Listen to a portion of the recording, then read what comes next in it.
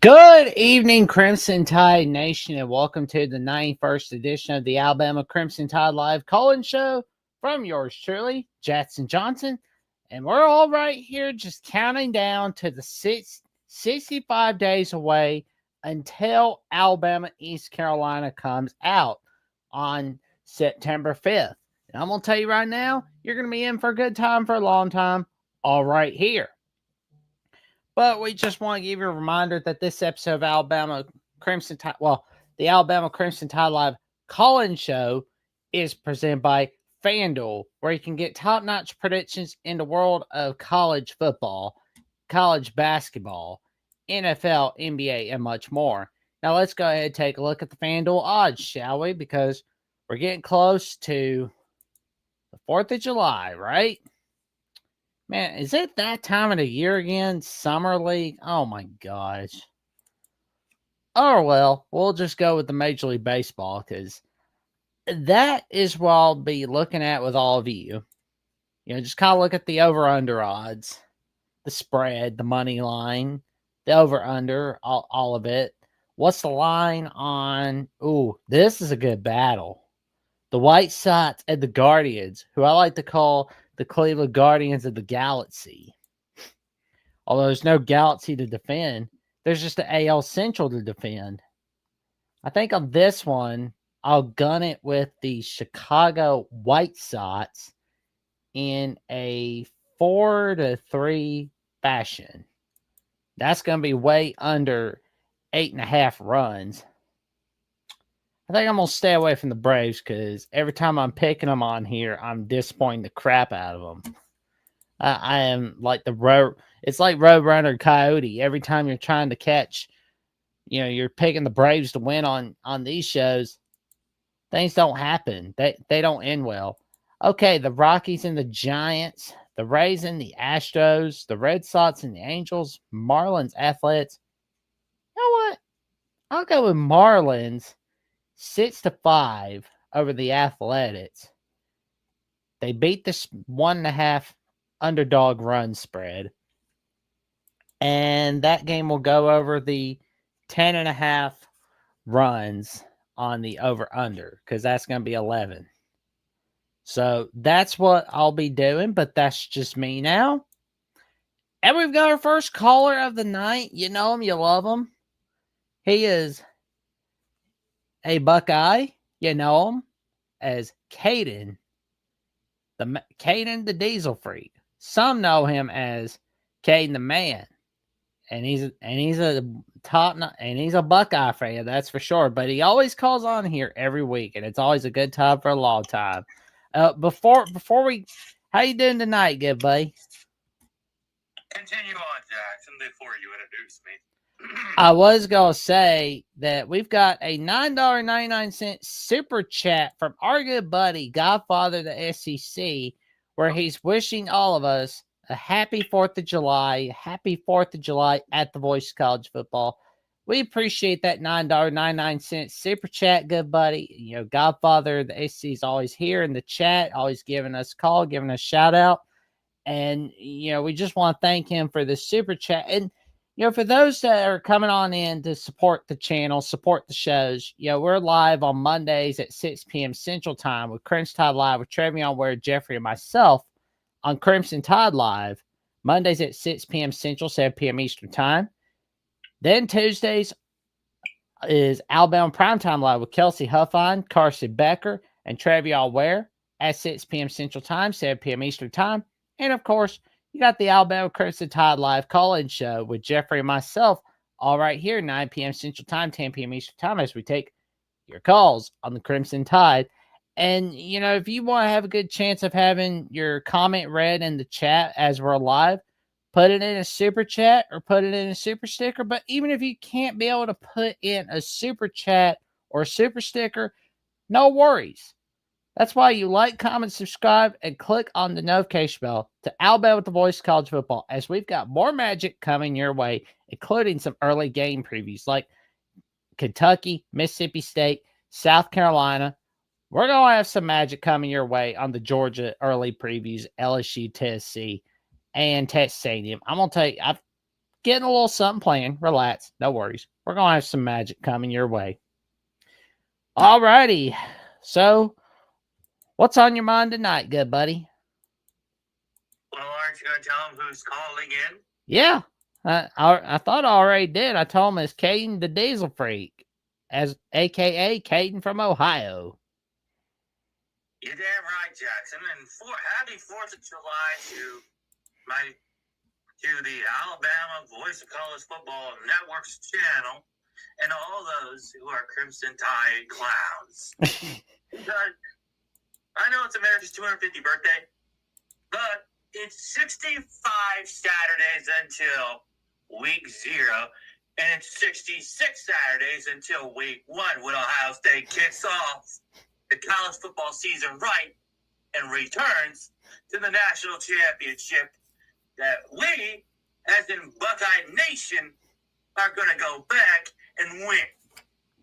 And to confirm that news, Jackson Johnson, here's some breaking news from yours truly, the Buckeye Insider, who gets the inside scoops that most of the public news media doesn't even get. And to be confirmed of the news that a new coach is joining the Ohio State University defensive squad of defensive coaches. Rumor has it, it's a former teammate of yours truly, of Anthony Schlegel, the strength and conditioning coach of the defense. It is Bobby Carpenter, who's also in the Ohio State Athletics Hall of Fame as one of the following members of Jim Tressel's Bring the Pain defense, which I'm excited if he joins the squad. Because let me tell you, folks, Ohio State's defense is just going to grow a lot more deadlier and a lot more dangerous after this season.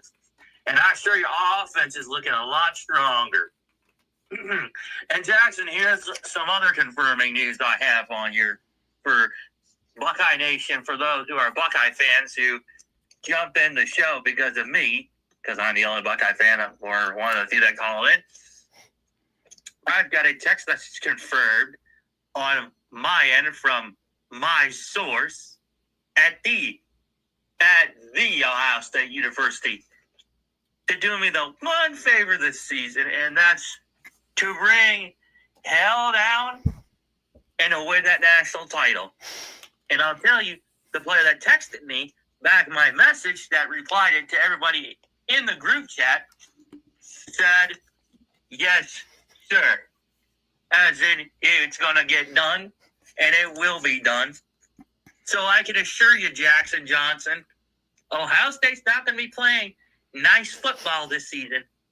They're going to be playing tough football. And that tough football is the same like the late 70s Raiders, the Blitzburg Steelers, and, of course, the early 2000s Baltimore Ravens style. Hard-nosed, bleeding, and a whole lot of blowing people out of the water.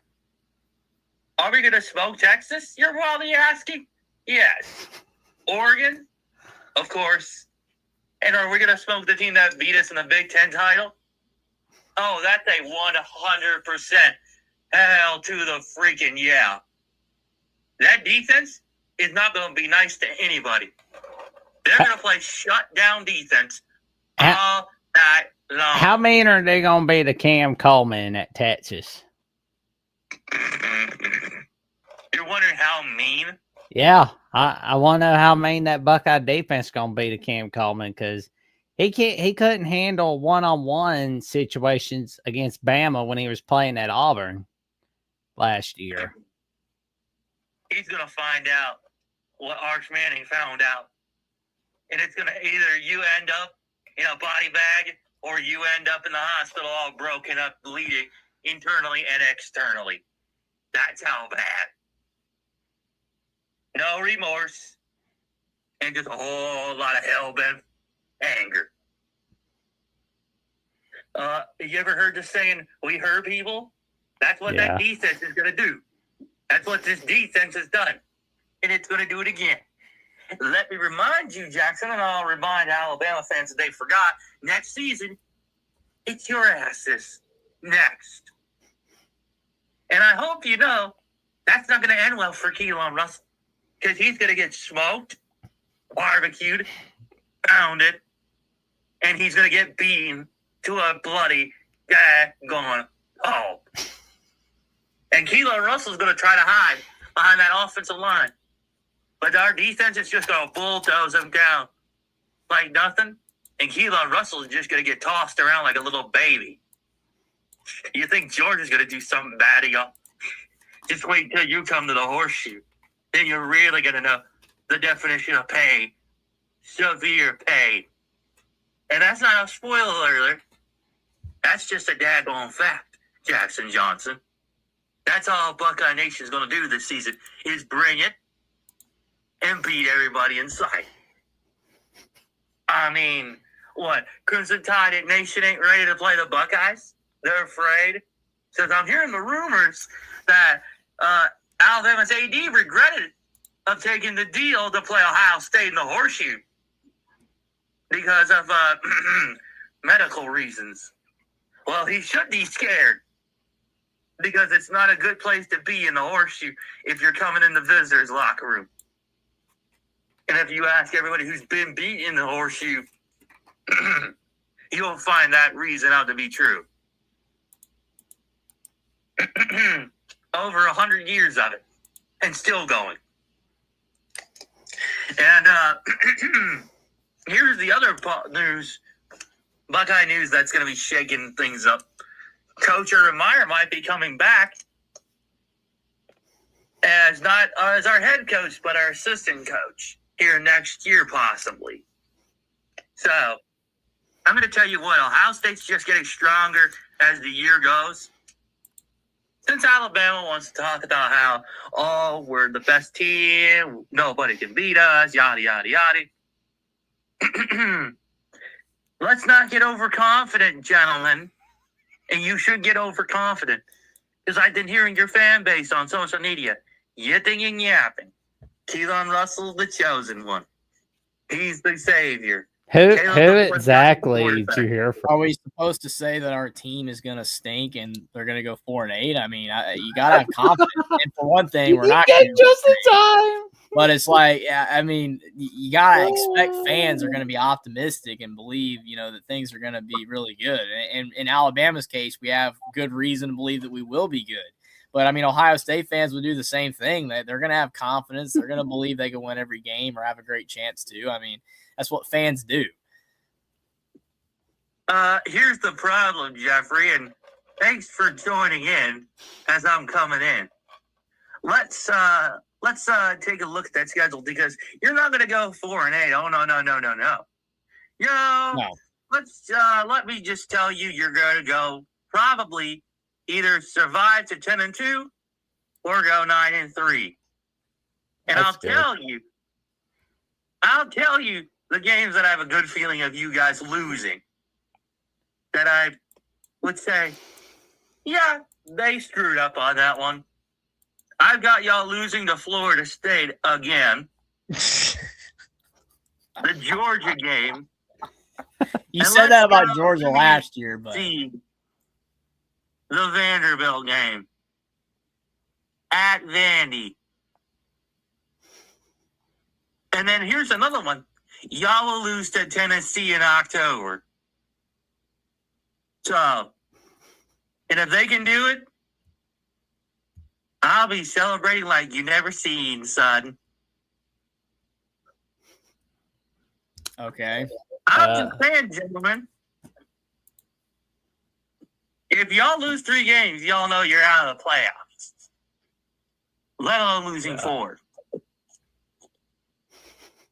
And let me be honest, Notre Dame is not going to do a dang thing against BYU. Not a single ounce of things. And Will and D's going to cry as usual. Louisville, as far as I'm concerned, is not going to do a dang thing against Miami because that defense is going to be back up and rolling. DNI stores from the 305. No, not Jay Gonzalez from the Miami channel, but shout out to him. I think Miami has more NIL than Louisville. Well, oh yeah.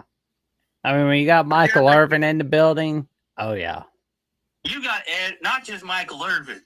You got Ed Reed, Ray Lewis. You got Jason Taylor, Hall of Famers in that building. And don't forget Dwayne The Rock Johnson, because he's got that Moana money. Especially that live action remake coming out. His paycheck. Isn't that crazy? Like, you actually have a live action remake of a Disney movie where the character's played by the same guy. Like, that usually don't happen. Usually the voice actors for a movie and then the live action one is not the same. But I know you don't care. I'm just saying it's just an interesting fun fact that it's the same guy, played the character with the voice acting, and then he does it in a live action. So that was interesting. Yeah, well, let's keep the Disney stuff out of this because that doesn't belong in it. Well, I mentioned Rock wasn't Miami, and it is related. So yeah, him making that Disney money in those movies helps your Miami second favorite team boys do good against Louisville and other teams in the ACC. So it does matter. Yep. So the more people that go and see that Moana live action remake, the more you get to go and barbecue. The more you get to root for Miami as well as Ohio State. So there you go. Or you barbecue the Tide. If they make it into the playoffs, they can barbecue y'all, and I'll still be laughing. Plus Miami. I think Alabama lives rent free in your head, man. It does. That's the Tide. The Tide runs deep, man. It runs deep. Well, at least Miami has got Hall of Famers around that locker room that actually have paid with their own blood, sweat, and tears. Well, Alabama doesn't have Hall of Famers. Unlike the Tide, I've not seen one person of that alma mater come back to coach, or even, let me say, hasn't even returned to come back and even help around that locker.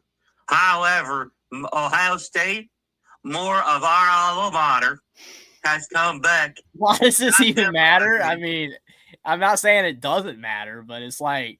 No, okay. Jeffrey, here's the problem. It matters because they're the guys who paved the way for the younger guys to come in and step up. Why do you think James Laurinaitis, who's one of the greatest linebackers in Ohio State history, came back to the program to help the linebackers group? Why do you think that Schlegel, Bobby Carpenter, there's a lot of guys in Buckeye lore and legend that have came back to help these guys, to not even help, coach, motivate.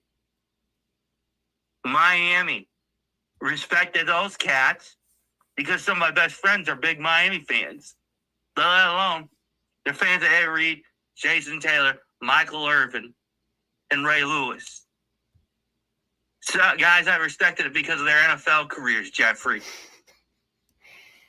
I mean, we still have more titles than you in Miami, so okay. I mean, I just, like I said, I hate throwing that as a comeback because I really don't. It doesn't matter to me, but I'm just saying. In about 5 years. Talk about how many titles you have in 5 years. Try to win more. Okay. Oh, wait, that's right. You ain't winning any more titles. Okay. You ain't. So I would keep your mouth. When's the last time Miami's won a title? 2001. Okay. That's 25 years. That's 5 times as long. Let me say this, Jeffrey. We've won a title just not even a year ago. We won a title. So, hey, at least we've won a title. And we're probably going to win more. I'd say at least, maybe 2, 3 more? If there's defense, if our defensive recruiting can stay like this, and our offensive recruiting can come like this. Oh, wait, that's right. Marvin Harrison Jr.'s younger brother is coming to Ohio State. That's right. Does anybody actually care about this information? No. That's right. Oh, and that's right. Bobby Carr.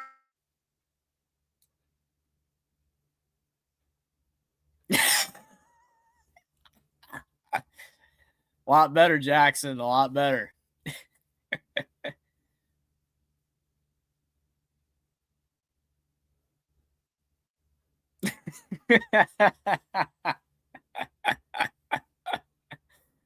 Oh man. I mean, like literally nobody cares. I mean, it's great, you know, that is keeping it in house and all that. All the Harrisons and Ohio State's great, but it's like nobody cares. I mean, it's the same thing. Like Duke, Jeffrey needs to hear this again because apparently he forgot what I said the first time, and I'm going to say this the second time to him because either he forgets or he can't check his memory. You know, Alabama's got Ohio State next season in 2028. Yeah, you said this about 1,000 times in the last year. So much so that we need a new narrator. I'm going to tell you again. We've gone through about 5 narrators. A word of advice to Jeffrey and Jackson. Give you a little word of advice. When that time comes, and I said it in a super chat a few months ago, it's going to be Armageddon for the Crimson Tide. And you guys, Crimson Tide Nation can give their souls to the Lord, but your asses belong to the Buckeyes. And that's a daggone fact. Not just the Buckeyes, but the 9-time, soon to be 10-time, 11-time, 12-time, 13-time undisputed national champions. Why? Because our program's that damn good, that damn loaded, and there's nothing that the Tide can do about it. There's nothing that the Wolverines and anybody in the Big 10, SEC, Big 12 can do about it. Yeah, and every single one of those 13 titles Ohio State has won, you've had zero impact on. None. Jeffrey, listen. You don't know how I work around these guys. You don't know what impact I have. That's the problem. Yeah, hey, Jackson, me and you, we have a lot of impact on Alabama's titles. We've had Apparently so much we might have contributed more than Nick Saban, according to Caden here. Somehow, I don't know, but I mean, literally, like this guy saying like, "Oh man, I'm the reason they won in 2014. I'm the reason they won in 2024." I'm like, okay, man, all right. Hold on. To be clear, 2024 was the title that I was the one that told him. Dude, you literally contributed nothing. You watched on TV like everybody else. That's it. I mean, contributing. There's a word that you guys think that I use very arrogantly, but quite frankly, Jeffrey, you don't understand my connections with Ohio State, and you don't understand how I have those connections. Let alone I had the connections for I could get, good clothing, player exclusive sneakers. I've got a custom watch that was made for me by one of the most exclusive stores in New York City, let alone for me. So I'm going to tell you that, Jeffrey. Couldn't you have gotten it in Columbus, Ohio? I mean, I don't think New York City has anything to do with Ohio State. Oh, you don't understand the connections, Jeffrey. Like, I could get player exclusive sneakers. I could get University of Oklahoma Jordan player exclusive sneakers. I could get University of Oregon Jordan sneakers. Why would you want University of Oregon? They're another one of your favorite teams because they spend a lot of NIL money. Jackson, you know what? Here's the thing. The only reason I have the connections I do is because I've done my research, but also I've met these people before. Not just college football wise. I think it's over, Jackson. Some sneaker events and some other things I got invited to. Yeah, he can get Oregon, exclusive stuff. Yeah. Oregon. All because he knows he's Ohio State guy. He get Oregon memorabilia. See, here's the thing, Jackson. Oregon, Penn State, the new big rivalry in the Big Ten. Oregon, Ohio State, an even bigger rivalry. Okay. From my retail. I have no idea, Lucas, but we're gonna go ahead and get to the next call. And Caden, we will definitely be seeing that Thursday. Have a happy 4th of July. Stay safe. 4th of July, stay cool. Caden. Stay away from that heat. Enjoy that memorabilia, man. Jackson, by the way, happy 4th of July to Jeffrey. And in the words of me and everybody here at Buckeye Nation, we say, roll, Buckeyes, roll. Again, literally stealing an Alabama line, but whatever. Baby, let's get them titles back home to the base. Buckeye grounds, baby.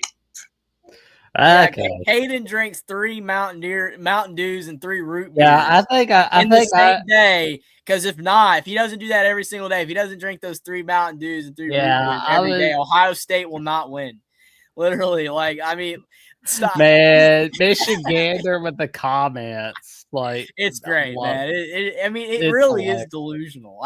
You gotta love it how delusional it is, but whatever. I have no idea makes what it Kane sound was so talking much about, like he believes what he's saying, but it's complete crap. It really is. Honestly, it is very entertaining though. I was just texting with Godfather, the SG, just letting him know. I think I might need a Pepto-Bismol after all this. Yeah. So there we go.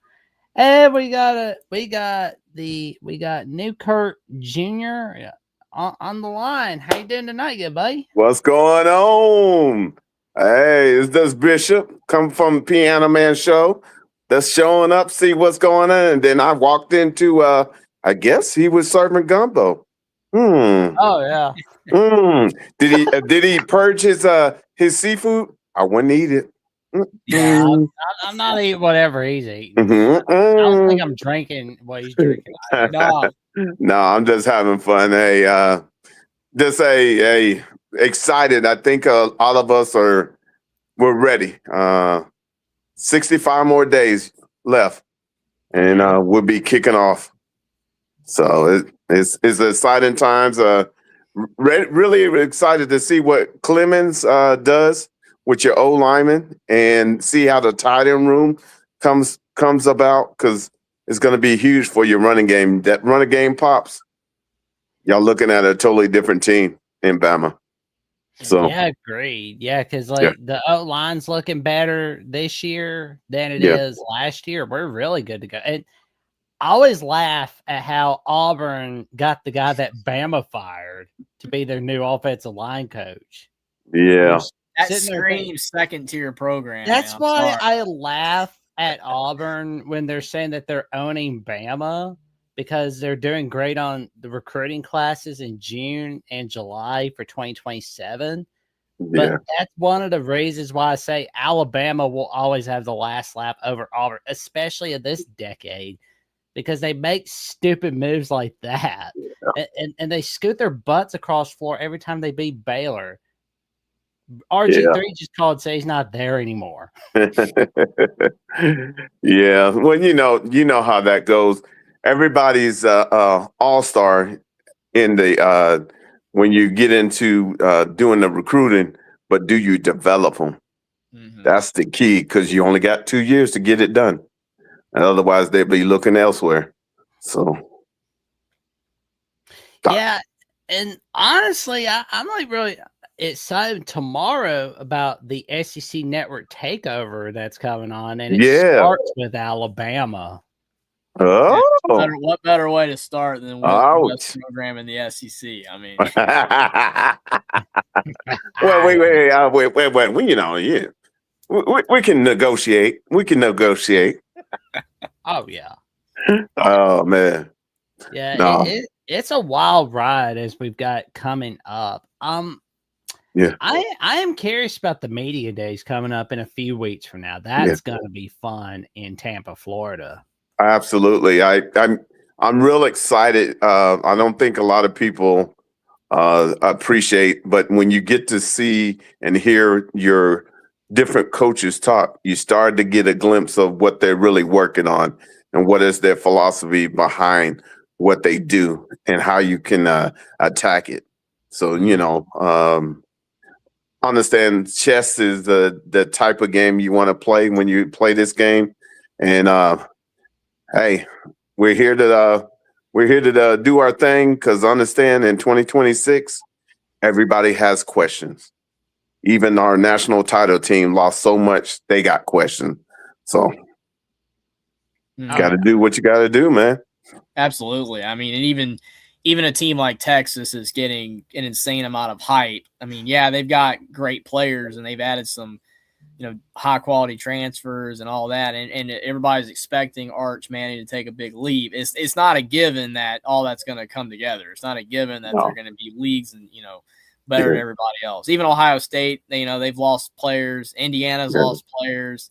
Yeah. I mean, there's definitely, I mean, even Notre Dame I've seen starting to get hype as like the number one preseason team. None of these teams are like a guaranteed like best team. Nobody knows. I mean, Indiana came out of nowhere last year. I mean, yeah, they had the good year before that, but they came out of nowhere last year. I mean, definitely we have no idea what the top 5 to 7 teams are going to look like. It could change so much between now and like October, November. It's unreal. We don't know. Yeah, and I'm gonna I want to know who's Go going to ahead. be that team that's like Penn State from last year. That's what I keep wondering about. Yeah. I don't know. Could it be USC? Oh, yeah. I mean, 'Cause hey, believe it or not, they've been real quiet, and all of a sudden, LR, as we call him, Lincoln Riley, is got a Gary Patterson that really is an architect of defense. He really understands how to digest offenses and find the weak spots. So it's going to be interesting to see how much he got left in the tank. So yeah. Oh, yeah. If Gary Patterson is the reason why you see Lincoln Riley doing well in 2026, that's good for Lincoln. But, if Gary Patterson came back to coaching too late, then that's really going to hurt the stock of Lincoln Riley right there. Yeah, definitely. But I tell you what, if you thank you, Sankey. When he went to 9 games and took away a bye, I don't know what he was thinking, but everybody in the Southeastern Conference, from top to bottom, there's no missing or loose link at all.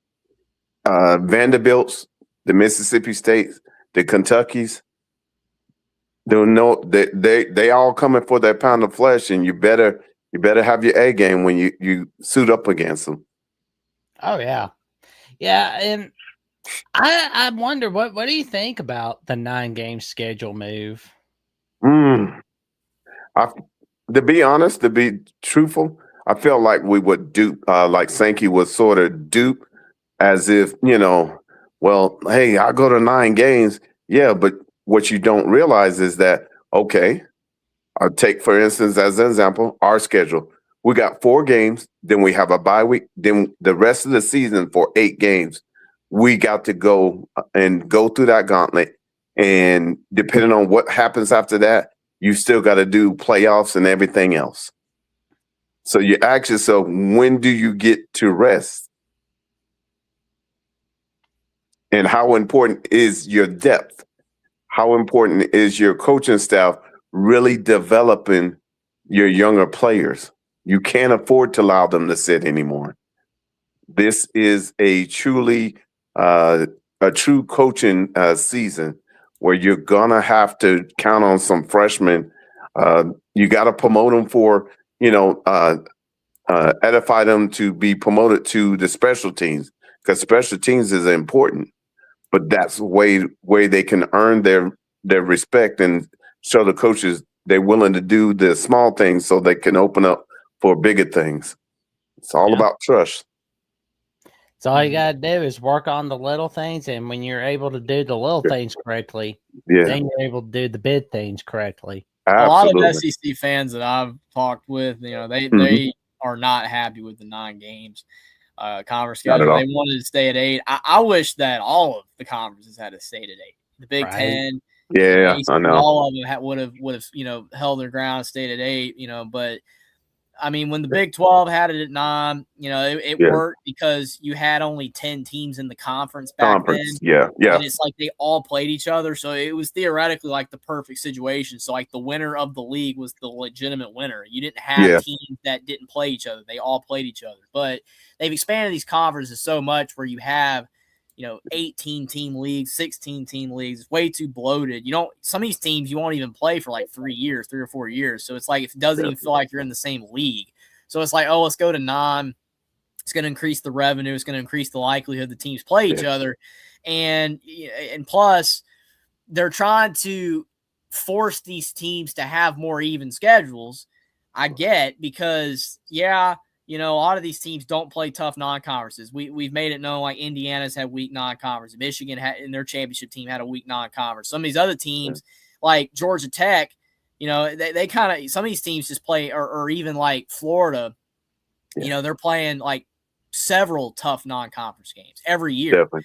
And these other teams are playing 0. So it's like if they're all playing non-tough games, then theoretically it's better. I still think the issue is even though we have moved to non, it hasn't made the schedules more even because the conferences are so big. Like the Big Ten, there is a big, big difference between the toughest schedule in the Big Ten and the easiest schedule in the Big Ten. Correct. If the Big Ten legitimately only had 10 teams, like it's supposed to, Big Ten, and they played non-conference games, it'd be perfect. Just like the Big 12 used to be.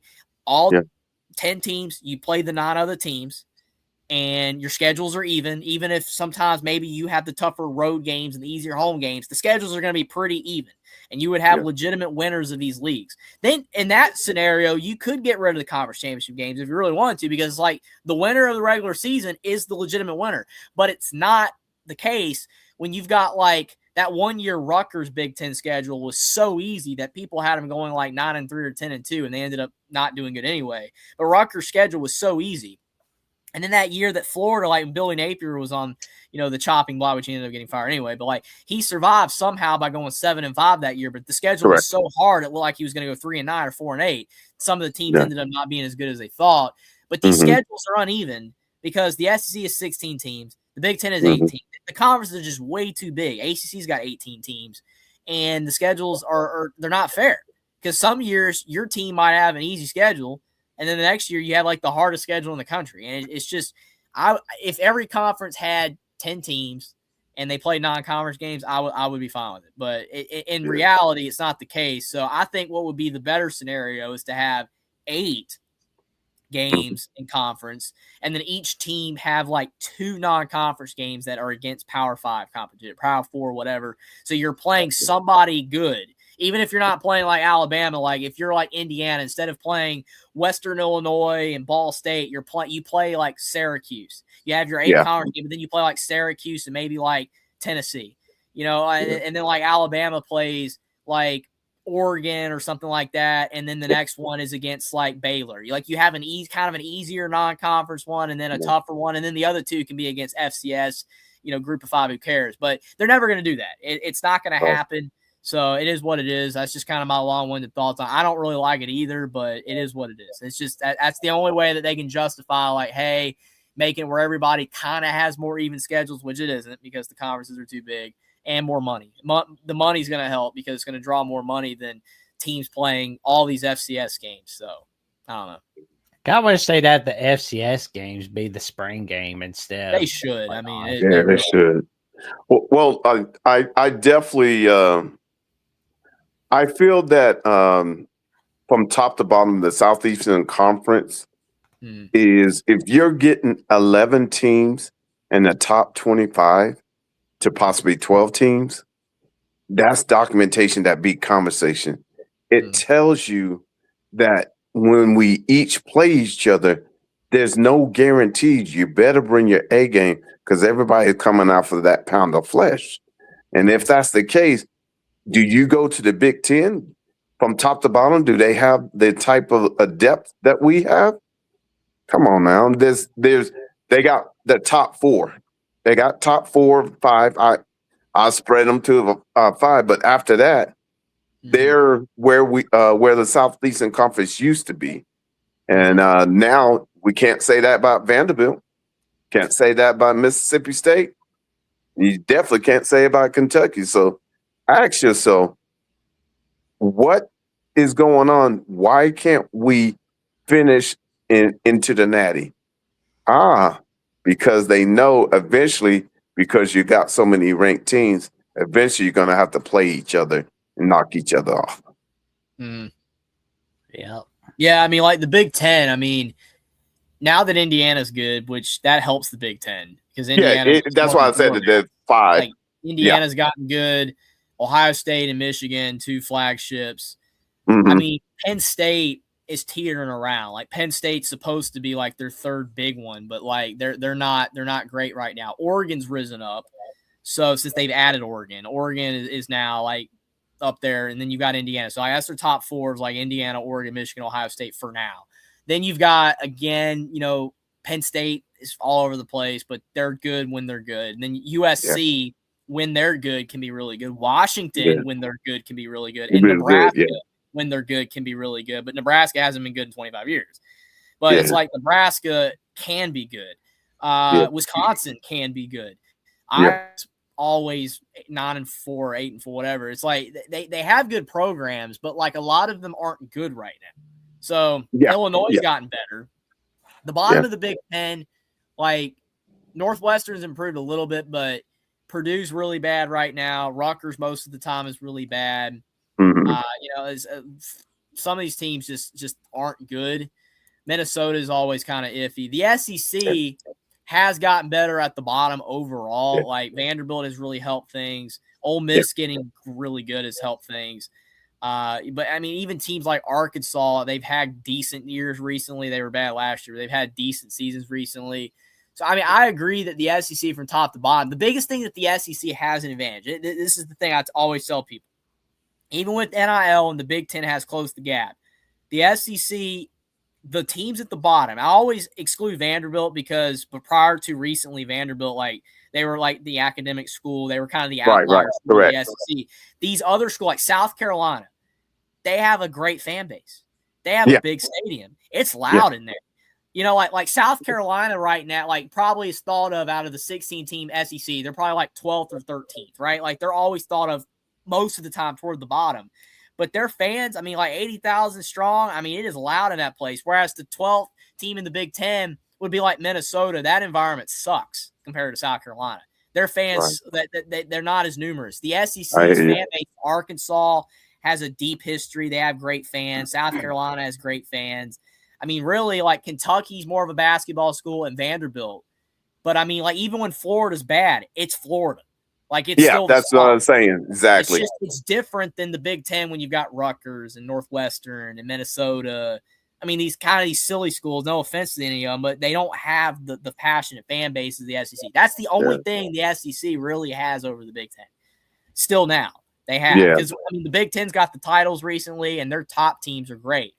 But the SEC has the more passionate fan base. That's why it just means more slogan came from. I mean, it matters to the people down here more than a lot of the fans up there.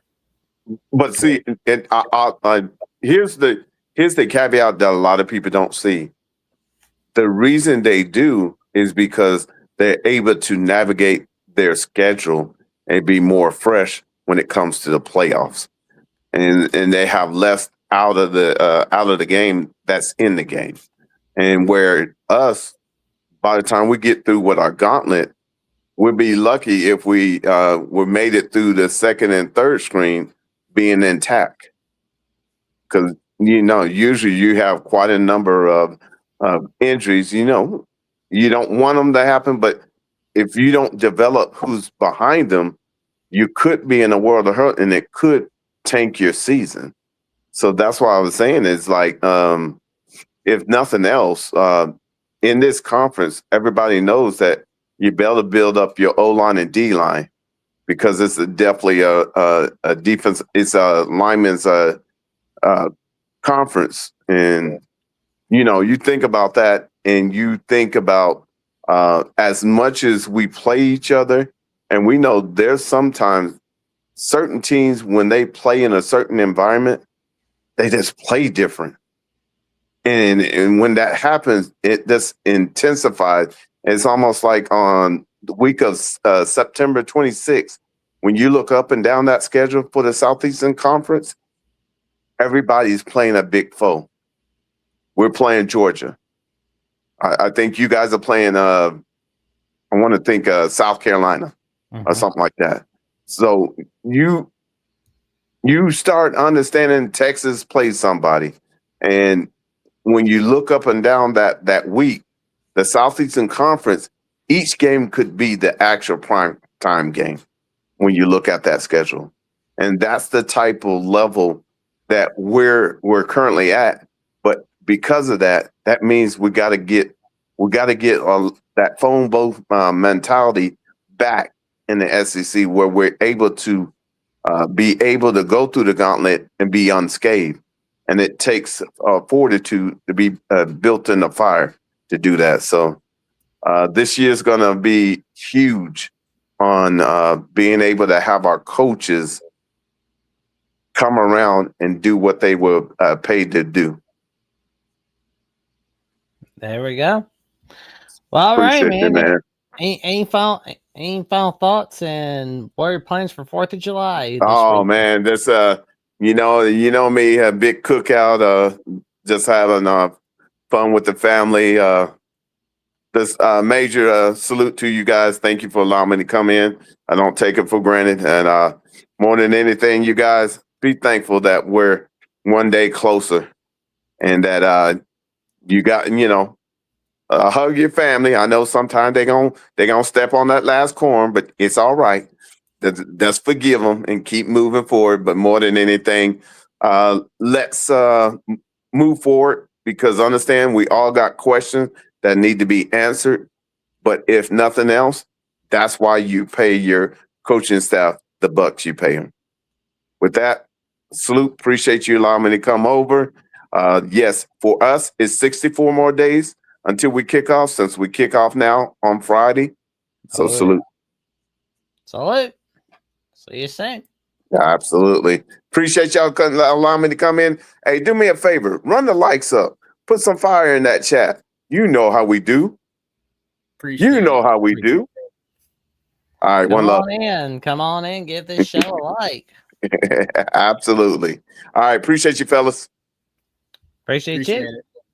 And we've got our Nets caller on the line. He is our OG YouTube member of Alabama at the Voice of College Football, and you know him, you love him. You always get a good laugh out of him, and you're always gonna have a good time with him. He is the Godfather of the SEC, Waylon Colbert. Isn't it crazy? We got Caden the Diesel Freak out of the way first before we got Godfather. That's crazy. Wait a minute. I'm in the library. Wait just a minute. There you go. We get to save the best for last, man. Like, come on. Hang on, Caden. You see the tiny bowl man. Is Caden gone? Is he gone, Jeffrey? Is he gone tonight? I think we're done. I think we got him out of the way first. That's the best sound I've heard all night, was the toilet going off. I love when Jackson muted him. That was great. Yeah, I forgot I was muted. Jackson, I seen to pull one on his I forgot I was calling. He was calling Jeffrey, my phone. I was Caden like, has took his voice from him. my bad. He's took his soul tonight. Oh no. Ugh. This is terrible. Oh, Just man. be me and you, I guess, Jeffrey, talk. Can you hear him, Jeffrey? I can't hear him. No, you can't hear Jackson? Huh. No, I can't hear him. Sure enough, I can't hear him. That's crazy. I can hear Jackson. Yeah. Let me pop back out and come back in. Give me just 1 second, Jackson, if you can hear me. All right, man. Oh, damn it. Damn, Caden. Don't you got like 4th of July? Good grief. Yeah, like I hope everybody has a great. They love you, Cade. But I mean, I hope Caden has a great 4th of July, but the whole time he's going to be thinking about that Alabama Ohio State game, man. It's like there is more to life there, you know, like family, friends, America's 250th anniversary. Like, come on, Sorry, man. I was laughing at myself. Oh man. Here we go. Now everybody's dead. I can't hear nobody. Jeffrey's Oh, dead. man. Me Jackson's dead. Yeah, y'all all dead. Oh no. Caden has jinxed the whole channel tonight. Oh, no. Yeah, like figures. This is terrible. Put a This hex is just on it, terrible. Oh, Nobody man. wants to hear me all night long. Let me come back out and come back in one more time. If we can't talk to one another, we're gonna have to put Caden off the show. Oh, man. Yeah. God, Of course, Caden's reveling in that. Of course he is. oh, man. Not shocked me one bit. That's kind of like the same thing as Auburn scooting their butts across the floor over recruiting wins in June. Nah, I got you. I can hear you now. There we go. Third time's a charm. He cut himself off again. Jackson, you cut yourself off again. No? Oh no. It's like Let me two call versions Mark. of you. See if I can get this show going. Here we go. See? There we No, go. That ain't it either. Man, that's crazy. No, it ain't Jeffrey. There you Still go. did. Yeah, I mean, I I give will up. I will give Caden I that. got to have a nerve pill. I'll give Caden that. He didn't curse Jeffrey last night. I'm Nah. gonna try one more time. All right, maybe we can do it from the phone. So I mean, Yeah, that's always an option. I mean, the rule does say call-in show. It doesn't exactly Yeah, say. like however you're able to call in. I mean, it works. There you go. Yeah, There we go. maybe, Oh, maybe. can you hear us? Now you cut it all off again. Anyway, it's gone again. But anyway, I'll hop on here and tell everybody they can hear my loud mouth. Everybody have a good 4th of July. I just messing around tonight. I give Caden the first. Caden should say something nice about me. He got to call in first tonight on the show. I mean, he ought to be a proud member, like a sticking his chest out like a peacock on here on Thursday night. But anyway, y'all go ahead and let it rip. I'll catch y'all next Thursday night, and but have a safe 4th of July. Don't eat too much, don't party too much, and don't get your hand blowed off by the firecracker. I'll catch y'all next week. Y'all be safe. Will do. I We'll be appreciate seeing it, some of you, Godfather. buddy. Happy 4th. Here we go. Well, I'll tell you this. I'm probably gonna be sleeping on 4th of July for a little bit. So that's Oh what I'm yeah, probably man. Gotta use time to rest, man. That's what happens when you stay busy. You know, when you stay busy, Oh you yeah. get wore out. You know, like you have only so much energy. I mean, I'm just like, man, it is like I'll rest for a few hours, but then I'll go to bed. No worries. I'll be going to bed. So, oh, Jeffrey had a live stream last night talking about Jaylen Brown getting traded to. Yeah, Caden, he was on the show most of the time. I was hoping, I was like, hey, like other callers, like I was looking for some other callers. We had Caden on the line. I was like, all right, he does what Caden does, but you know, it was a good time.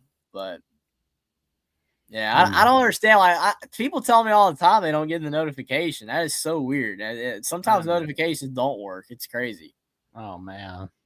That's why it's always good to like, comment, subscribe, and click on that notification bell. But even if you can't be able to click on notification bell, put in the subscription. It's all good. No worries. Oh, God. Florida USC in 2028 calling it now. Don't do It's a that. Trojan fight. I'm No, like, don't do that. Don't do that. no. No. That remember DeBoer, Michigan? I still God. that was that. I ain't gonna lie. Like, no offense to Michigan, our Michigan fans out there, but I'm like that. Yeah, No, no, I'm just like, don't. Yeah, no. So, I'll hate. Yeah, as Bama man, I'll hate it. But it's like if he's promising, y'all know what I'm wanting. It's like bring back that game that I want. Then I'm like, whatever. Okay. All right, we got our next caller. You know him and you love him. You know him as Lucas Hill, bringing that magic all right here. How you doing tonight, good buddy? People love me? Yeah, they like your show, the Southern Sports Scene. Hell yeah, you had an article on yet on 3, I believe. Oh, yeah. So we were at Manning Passing Academy this past Thursday. We got to interview, I think, 5 different quarterbacks. But I'm going to throw this freaking phone against my wall we're having with internet. So bear with me. There you go. man, internet sucks sometimes, man. Like when it's not working, you gotta get the belt on the internet sometimes. Gotta get the belt out, give it a spanking. So that's what you gotta do. He'll be back, no worries. What's that jersey in the background? Looks like Arkansas. Can't tell. Wow. Frozen in time. Yep. Just kind of feels more like a wrinkle in time. Yeah, Somewhere in Time was a great movie. I don't know if you've ever seen that. Oh yeah, it's a great movie. Oh man, it's just nuts. It's hard to think about Frozen without that song that there's 20. Everybody was singing that back in the 2010s. Man, I was just Hey, there you go. I mean, get yourself Olaf the Snowman. There you go. He's out partying. But yeah. Well, I don't think Luke is going to be cursed for long. I don't think he's going to be Hopefully not. I'm serious. Did Caden actually like somehow curse all of these? He didn't mess with Bishop's line, but yeah, I mean, you got Lucas Hill's connection struggling tonight. Godfather's like something's not right, man. Crazy. Well, while we wait, I do want to go over a little bit of something that I saw today on X from our good buddy Crimson Coverage, aka Brody Smoot, where he put a post out about Elijah Rutledge from Moody High School, Moody, Alabama, and he's a commit to Appalachian State. So I'm curious about him. Alabama's the first Power 4 school to offer Rutledge, so this is a recruitment that could see a shift relatively quickly. Well, I'll tell you this: Appalachian State is not feeling good right now. No, they're a mess. It's like we're used to Appalachian State always winning and stuff, It's like good grief. He's probably like a late bloomer type of guy, where like Alabama's recognizing that he's got skills, that these other programs haven't noticed yet. That seems to be a lot of like the archetype Alabama's been going at recently. They've been getting a lot of guys that these other programs haven't looked at. So it's really smart. Oh, here we go. So we'll go ahead and pull up the highlights of Mr. Rutledge for a little bit because he got 11 touchdowns, 1,152 yards, 60 catches, and 19 yards per catch. So this is what we're seeing right here. Wow. Hey, he's got speed, man. Yeah, like that's the thing though, is I know like people kind of look down on some of these guys that like come over, like the 3-star guys, which I really don't know why. Because it's like just because somebody's a 5-star does not mean they're the automatic be all end all. It's just because somebody is a 2-star or a 1-star or a 3-star does not mean they're an absolute. I don't understand this line of thinking as well. But I do understand that Alabama is thinking, what if we don't get Monshon sales? We've got to get some steals for the 2027 class. Got to make sure we've got Gales and we've got another steal wide receiver. Just get some friends for the 2027 class for Sedarian Morgan and co. Do you think that Alabama could have 3 wide receiver commits in the class, though, if they get Sales and Gales, and then they would land someone like this guy here? That could happen. Because, I mean, offensive line, now you wonder why you've not seen a lot of offensive line for the 2027 class. That's because we've got a lot of young guys on the offensive line for 2026, right? And they're likely to be returning again next year. And, wide receiver is a huge need for this class because Coleman Williams is going to be gone after this season. I mean, he's probably going to be another weapon for the Kansas City Chiefs or maybe the Rams get him. I don't know. But I know that Alabama can't wait for the perfect day to come and then somebody just comes over. You can't do that. That's not how recruiting works. You got to build the relationship with the players, but most importantly, you build a relationship with the players' families and their best friends as well. So there you go. Ed Michigander makes an excellent point. Don't ever look down on 3-star players. Most NFL Hall of Fame players were 3-star players out of high school. 100%. Yeah, I mean, there's statistically more 3-stars too. There's not as many 4- and 5-star guys, so it's like you can't really have an entire football team made out of 4- and 5-star guys. I mean, you kind of could, I guess, but it's like 3 stars again. There's more of them, so it's like you have a really good chance that some of them are gonna pan out. Oh my God! Like just look at those Jeep moves he made. He looks better than an App State commit. No offense to App State, but. Well, I'll tell you this: whoever is doing the recruiting for App State deserves a raise. or a better job. That's for sure. Oh man, I can't wait to see what he's gonna do next. Boom. He's watching his man. He's watching his man. I mean, just like looking at what he's doing on the slant. He's got it. Mm-hmm. I mean, Alabama, I've got a feeling, can flip him. And if they do flip him, he's going to be another one of those guys in the 27 class that can have the Bama bump, especially if you got a great year in high school in your final season there. We have recognized the Bama bump as a real thing. Yeah, because, I mean, that's what it is. You know, like it the is 20 true. point. Yeah, because, like, you know, for those who've not tuned in, we've talked a lot about it for the 2026 class. We've had that for the 26 class. And I guarantee you're going to see a lot of the Bama bump for 2027. Because, like, right now, you're thinking, you know, a lot of these guys, you know, why is it Bama getting more 5-stars? Why are they losing now? But here's the thing, though. A lot of the 3-stars that you see can move up to 4-star territory. They can move up to 5-star territory. It's like in 2019, this time in early July, late June, you thought, oh, the Clippers are finally going to win a title because they got Kawhi Leonard and Paul George. Oh, the Thunder are so screwed. Well, that's in 2019. But go back 5-6 years, and it looks like a dumb move by the Clippers because, I mean, you went all out for nothing. You didn't get a title. You blew your shot in 2020, and, you know, things didn't pan out. Whereas, like, the Thunder made wise investments for the future. They knew 2019 would suck. They knew 2020 would suck. They knew 2021 would suck. They made moves for 4 or 5 years. That's what you have to do with recruiting. Is you don't just make a move for today, tomorrow, next week. You make a move for next year. You make a move for 2-3 years from now.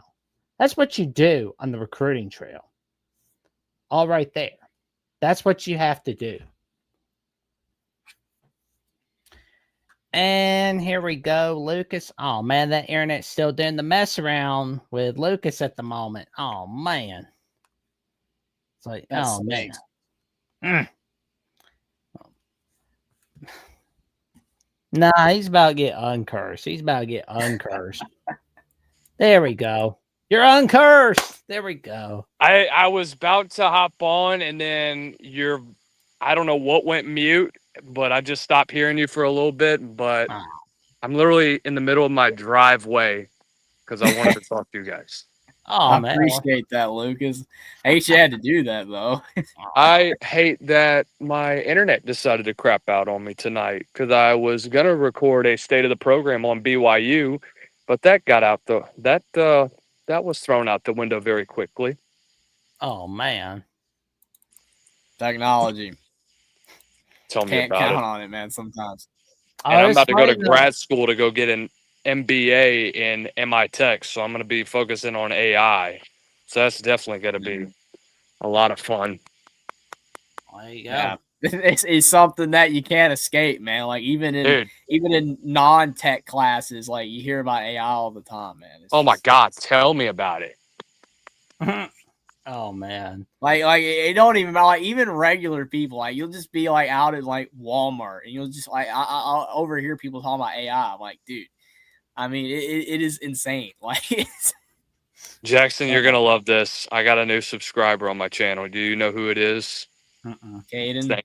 Thank you, Caden, for subscribing to the Southern Sports Thing.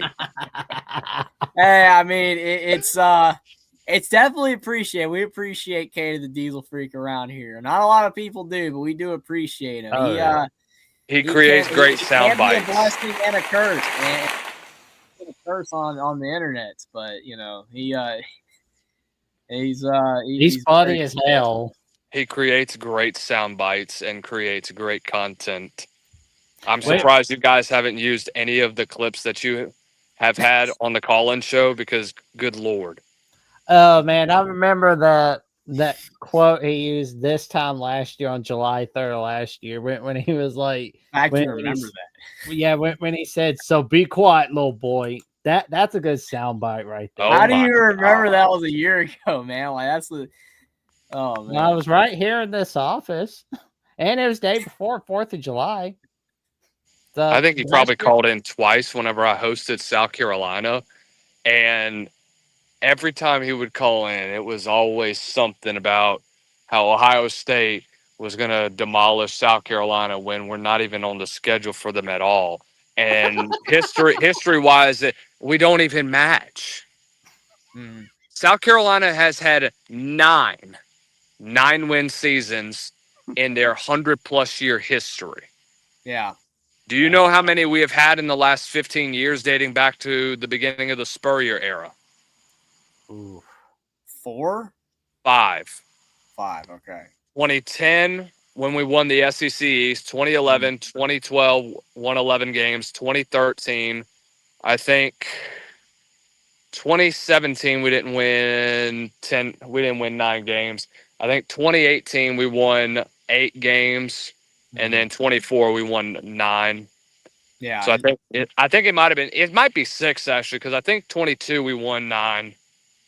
Yeah, I mean the Spurrier era was good. I mean, I remember I was young, like they had Clowney and those teams were good. I mean, they had a lot of fight in them, but yeah, historically South Carolina's not great, but like I was talking earlier, like South Carolina still has a passionate fan base. I mean, We got like, Josh Dobson the other day, so yeah. I mean that's something and brother, the package that was offered to him was insane. I think it's closing in on 7 figures every other year. Mm. In fact, it might be over 7 figures, honestly. But I mean, that's that's for South Carolina to pull that from their budget.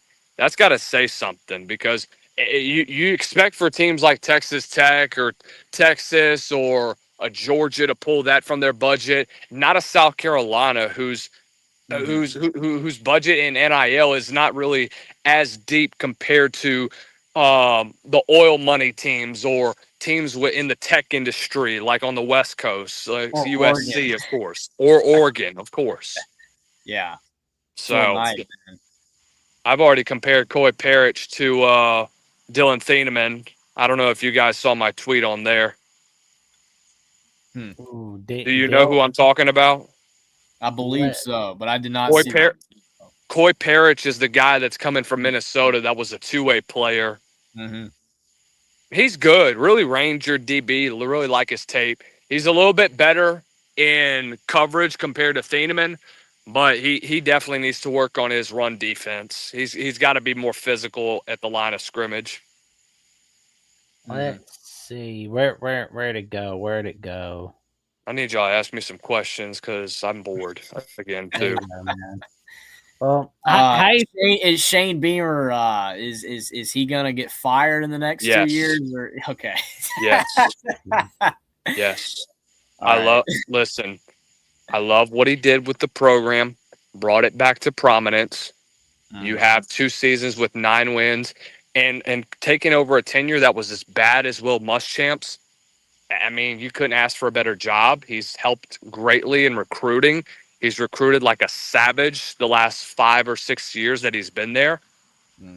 But I told Gamecocks fans this last year. Are you tired of the up and down seasons that you have had? Consistently after 8 or 9 win years, you have a lot of starters that returned. I said the same thing last year with Lenoris returning, with a lot of starters on the defensive side of the ball returning. I compared it to 23 because, listen, you have a great quarterback. Spencer Rattler was a great quarterback. The problem with Rattler is that he didn't have the weapons around him, and his offensive line was garbage. The same thing happened with Lenoris this past season. But you didn't expect the drop-off to be that bad because of how bad the offense was. So if they don't make a bowl game this year, Beamer is cooked, no question about it. I think if they get a 6-win season, but if they lose in the bowl game, I think he's done either way too. If they get 7-5, it's got to be where they start to see the is where I see them overall. I think their ceiling should be a 9-3 season. Floor, I think, could be another 4-8 3-9 campaign. But man, I don't know what it is about this season.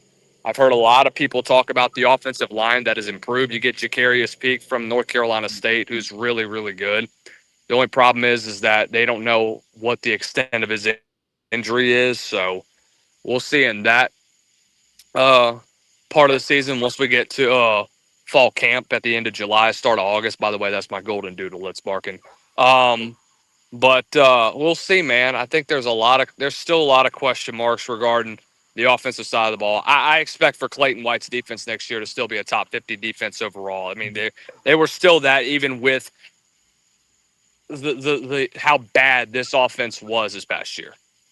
I will say, like, you know, sometimes, like, I'm not a fan of, like, certain teams, but, like, sometimes I'll watch a game where I'm pulling so hard for one team over the other, and then it doesn't happen when it should have happened. I get so mad. Like, I almost get more mad than when one of my own favorite teams lose. And that last year was that South Carolina Texas A&M game. That game made me so freaking mad. That was me during the Bama game last year. I wanted South Carolina to win.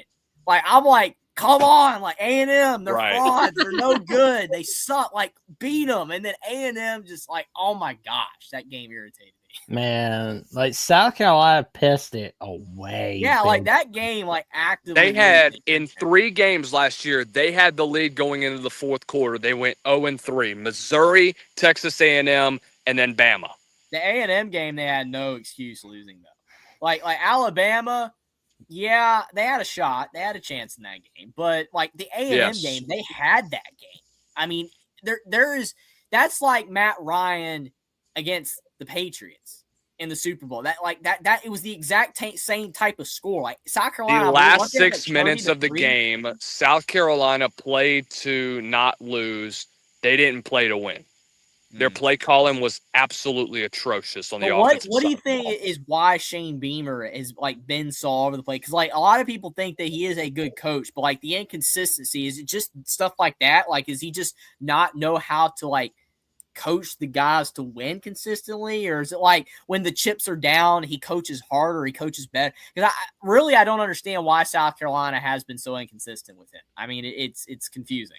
The problem is it relies on his coordinator hires. Mm-hmm. He's on his 3rd offensive coordinator in his tenure. He had, I don't know if you remember, Dowell Loggins for the first couple of, or actually not Dowell Loggins. He had Marcus Satterfield, who I think just got fired from Nebraska last year.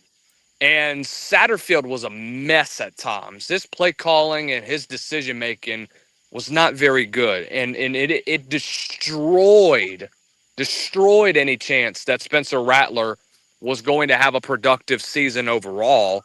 Then you go get a guy like Dowell Loggins who gets promoted. He was not bad, but things could have definitely gotten better. In my opinion, he's not a head coach. I think the only reason why App State even hired him was because of what Lenore Sellers did in the second half of 24. Mike Shula was a freaking disaster. His style of play calling was so outdated, and he was so conservative majority of the freaking football game. If it was 2nd and 8 or 2nd and 9, I don't know if you saw this clip with Le'Veon Bell when he was talking about Adam Gase. If it was 2nd and 9, he's running a halfback draw. That was Mike Shula. When we get to the opposite side of the 50, what was the play calling?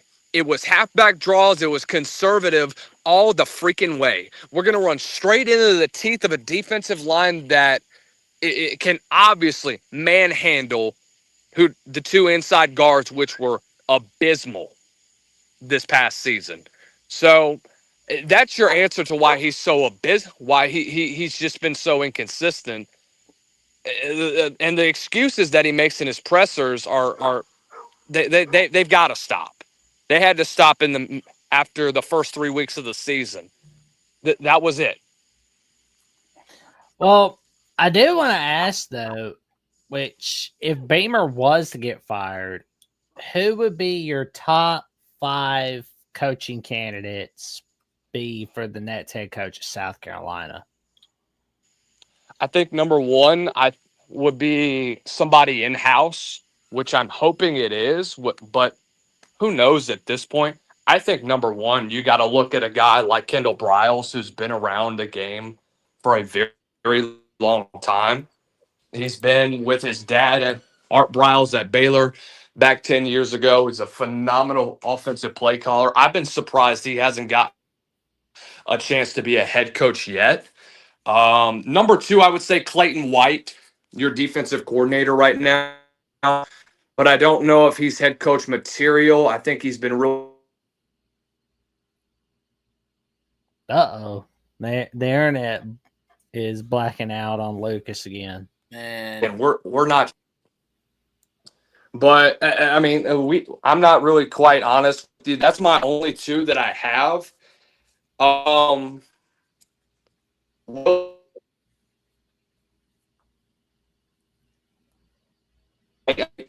I can't give you a definitive answer, but if you are two names that I can think of off my head right now. You're telling me, Godfather, the internet is messing around with everybody tonight. Yeah, it's like the bad weather is messing around. Did you miss the last half of what I said? Yep. yeah, My bad. some of it was cutting in and out. The only one I can give you right now is White and Ken Riles, your offensive and defensive coordinator. One of those two would be but I like that idea of what Michigander is saying. Get Bryant Haynes from Indiana. I'm like, I don't want that, Jackson. I do not want shout out that Coach to happen. Haynes who followed me on Twitter, by the way. yeah, yeah, and I don't think, and I do think like time, has kind of helped Kendall Briles. Like they're not really, people have stopped kind of punishing him for Art Briles. So they're kind of like, yeah, he's had nothing to do with that whole Baylor stuff. It's like he's got nothing to do with it. So it's like it's all good. He wasn't even really involved in that too. The thing about Bryant Haynes is he doesn't have a whole lot of Carolina experience. I know he was with Cignetti dating back to his Elon days, but I don't know, man. I definitely would be intrigued to see what happens this year with Dean Kennedy, who is now the offensive coordinator at UCLA. Ooh. He's been following Bob Chesney around dating back to his times at Holy Cross. Holy Cross should not have been that good in 22 and 23. And you look at what they were able to do. Matt Sluka turned into one of the best dual threat quarterbacks during that 2-year stretch. You see what he did with Alonzo Barrett for a couple of years. And now I think he's got an opportunity to do some really good things as UCLA. I have UCLA going 8-4, 9-3 this year. I actually have them winning the Victory Bell at the end of the year. Ooh. And that, let me tell you, that Victory Bell is going to determine who has the better record of the two between UCLA and USC. Ooh. Like if USC's losing to UCLA this year on rivalry week, that's really gonna put Lincoln Riley's seat on fire. It would surprise me if UCLA is a lot better because I mean you seen what Indiana did with Kurt Cignetti, and then now you get the next coach that James Madison had, and it's like he did well. I mean, legitimately, Yes. he did good at James Madison. It's not like they didn't fall off, like they still had success. They were very good. They put up 500 yards of offense against Oregon in the college football playoff. Yeah, they definitely made that game look respectable. What else you got for me? How are you feeling about who's gonna win the AC? Does Miami finally win the ACC this year? I mean, they shouldn't have lost They it last should. year. They should, But I mean, will they? they shouldn't. But it's Mario Cristobal we're talking about. Miami should have won the ACC last year. I mean, the fact you had that Duke Virginia crap was a joke. I mean, I'm sorry. Yes. I mean, that was an absolute joke. Yeah, I mean, honestly, it would have been better. Like, I mean, Miami almost won a national title, and they didn't even win their conference. A conference that didn't even have another good team in it. I mean, it doesn't. That's college football for you, man. I will say, a healthy Kevin Jennings, SMU can be very dangerous at the end of the year. If they have a chance that they play Notre Dame near the end of November, if they win that game against Notre Dame, even if they don't make the ACC championship, they should be one of the top 12 teams in my personal opinion. I think Louisville is also a dark horse. Lincoln Kienholz returns as a full-time quarterback. This will be his first full season. And Jeff Brom has done a really good job with quarterbacks in the past. You've seen his rap sheet. He had guys like Jake Plummer, who's now in the UFL, solid year under him. Miller Moss, last year, or not this past season, but 2024, had a phenomenal season. Tyler Shuck went off, ended up turning into a top 50 quarterback. This is the big difference between Kienholz and the rest of them. He doesn't have any starting experience. So that's going to be the big test for him. But to your point, Jackson, I do believe that Miami is the clear front runner in the ACC. And in my opinion, I think they're a top 5 team that I would expect to be in the national championship hunt to go along with Indiana, Ohio State, Oregon, and Georgia. No Well, Texas. like you said, it is Mark Cristball we're talking about, which, I would not be surprised if we see Miami beating Notre Dame, for the second time in school history in South Bend, Indiana. Because Mr. Gander says Ohio State won the Natty in 2024 and they weren't in the Big Ten championship. That's true. That is absolutely true. But that's different than Miami not winning the ACC. True. Miami should have won the ACC. The fact that they lost 2 ACC games and did not make the ACC championship game is still just befuddling to me. The 2 teams that they lost to was a joke. I mean, that almost kept them out of the playoffs. Like, they should have never lost to those teams. I tell you what I could see happening. Where it's, how I just said Miami wins the big games, when everyone's watching. Well, something I've noticed with Mario Cristobal teams, and I told this to Mountaineer Paul last year, minutes before Miami Louisville played, right? And I've said this a lot since you guys know me. Mario Cristobal teams do well when everyone is watching them in the big games. But when no one is watching them, no one is caring about them, when they're not on anybody's radar on a Friday night or a Saturday at noon Eastern time on CW, they fall flat on their face. I feel like that Wake Forest game is a game where they fall flat on their face for some reason, that nobody's watching them, nobody's thinking about them. But then somehow you see upset alert buzzes on your phone. Oh, Wake Forest is putting Miami on upset alert. Oh, Wake Forest is lead with 2 minutes left in the game. Dude, Miami's gonna do it to some team. I mean, they're gonna blow it. I mean, like again, Miami should have been undefeated. They should have been 12-0. I mean, in reality, like, I understand the whole Miami Notre Dame debate. I get all that, and people, you're tired of it. Oh, ACC Miami should be in. I understand all that. Miami should have never lost those 2 games. Miami had the 2 worst losses by far that made the playoffs of the major teams. Like, they had abysmal losses, and their resume was weak. Are you talking about last year? Yes. I mean, if Miami was undefeated, because this whole argument is like, oh, look at that. Miami waited to the national championship game. They were a great team. They were a great team. No one was disputing the fact that they weren't a great team. They just lost to 2 teams that were garbage.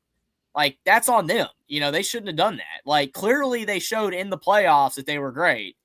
But I think most people knew they were really good. I knew they were really good, but Miami just has this problem. And I'm hoping DeBoer ends it with Alabama, but Alabama's been doing it recently, of losing to teams that are just ridiculous. It is ridiculous for great programs with great teams to lose to programs that are garbage. No offense, but I mean, Miami had once they won the big game early in the year last year, they had no business losing to anybody in the ACC. Not a single. I'm glad you brought up Kalen DeBoer, because I had a hot take on my show that I did on Tuesday, because we do our hot take Tuesdays right now. Which, by the way, y'all need to enter y'all's hot take for a chance to win a $10 gift card. By the way, but I had a hot take since you mentioned DeBoer that said that Bama will have their worst season under Kalen DeBoer. Thoughts? Ooh. I mean, I've been teetering on it because a lot of people think that Alabama is going to be really good this year, and I don't know. I mean, I think that Alabama That 4-game stretch is going to be brutal when you have like Georgia a rebuild year. At Tennessee, Texas A&M, and then at LSU. Yes, it does feel like a rebuild year. The schedule is hard. It's harder than people think. And you lose you lose a preseason Joe Moore award-winning offensive line. You have to choose between two quarterbacks that you're still not confident on either or, which I expect Keelan Russell to take over by the time we get to week 4.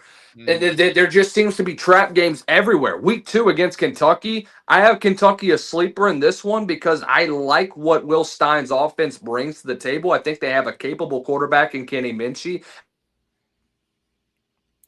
The internet's messed around again. But man, like, yeah, I'm just like, I really hope that Alabama's really good this year. I want them to be really good so bad. I believe they will. I mean, 9-3, 10-2 is the consensus, but I mean, there is a shot that they go 8-4. I'm not predicting it right now. I'm not saying I'm going to make a prediction later, but I mean, you look at the schedule and you look at how young the team is. It just feels like Alabama's like being built towards next year and beyond. I just don't think Alabama fans need to go crazy if Alabama does go 8-4. I mean, obviously, if they go 8-4, 9-3, and they look bad doing it, and there's like no growth, but like if Keelan Russell starts out slow and then by the end of the year he's showing a lot of improvement, then you can at least have hope for next year. But I don't know. I mean, again, it's not an easy schedule. No. It's not. And there are a lot of trap games. There are a lot of tricky games. And this is a really young team. Alabama's going to be much more experienced next year. That's why Alabama gave DeBoer the extension. He's not getting fired. But Alabama fans will flip their lid if Alabama goes 8-4. They're going to be like, oh, we're going in the wrong direction. And I hope that don't happen. But only time will tell. I don't think that's going to happen. But, you know, the last 2 seasons, we've had this weird thing where we win the big games, but we just kind of play down to our competition a little bit. That's got to stop. That cannot continue. Yeah. So I do worry about that. There will be a topic, you know, coming out on this channel about what we believe our trap game will be. But I can tell you right now, it was funny though, because I was talking about this with Andrew last night on the SC Live show. You know, he believes it's the Mississippi, which I think I don't know if it was him or me that said Mississippi State, but I think it was, but I know like Vanderbilt's a pretty good trap game as well. Because it's like you're coming off LSU. You're coming off not just LSU, but a rough stretch as well. Georgia, Tennessee, and Texas A&M. And you know, Vanderbilt is going to be pumped up, ready for Bama in Nashville at noon Eastern time, at 11 a.m. Central time on either ABC, ESPN. They're going to play up to Bama. I mean, everybody plays up to Alabama.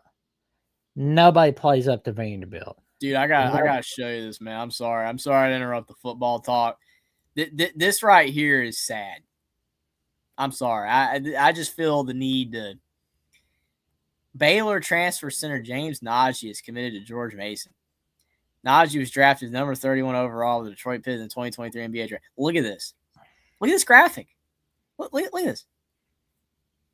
Look at Pistons, Celtics, Hornets, Knicks, T-Wolves, Baylor, George Mason. How old is this guy? I mean, this is just that. I don't know, man. What the hell? Huh. I want to see how real that is. Oh my God, it is real. Wow. How old is he? Oh, he's 21. He's at the drinking age. He's only 21? Yeah. Okay, so he's played in Barcelona. He's played in Girona. There's a lot of Rona. There's a lot of... he's 21? Yeah, apparently so. There's no way.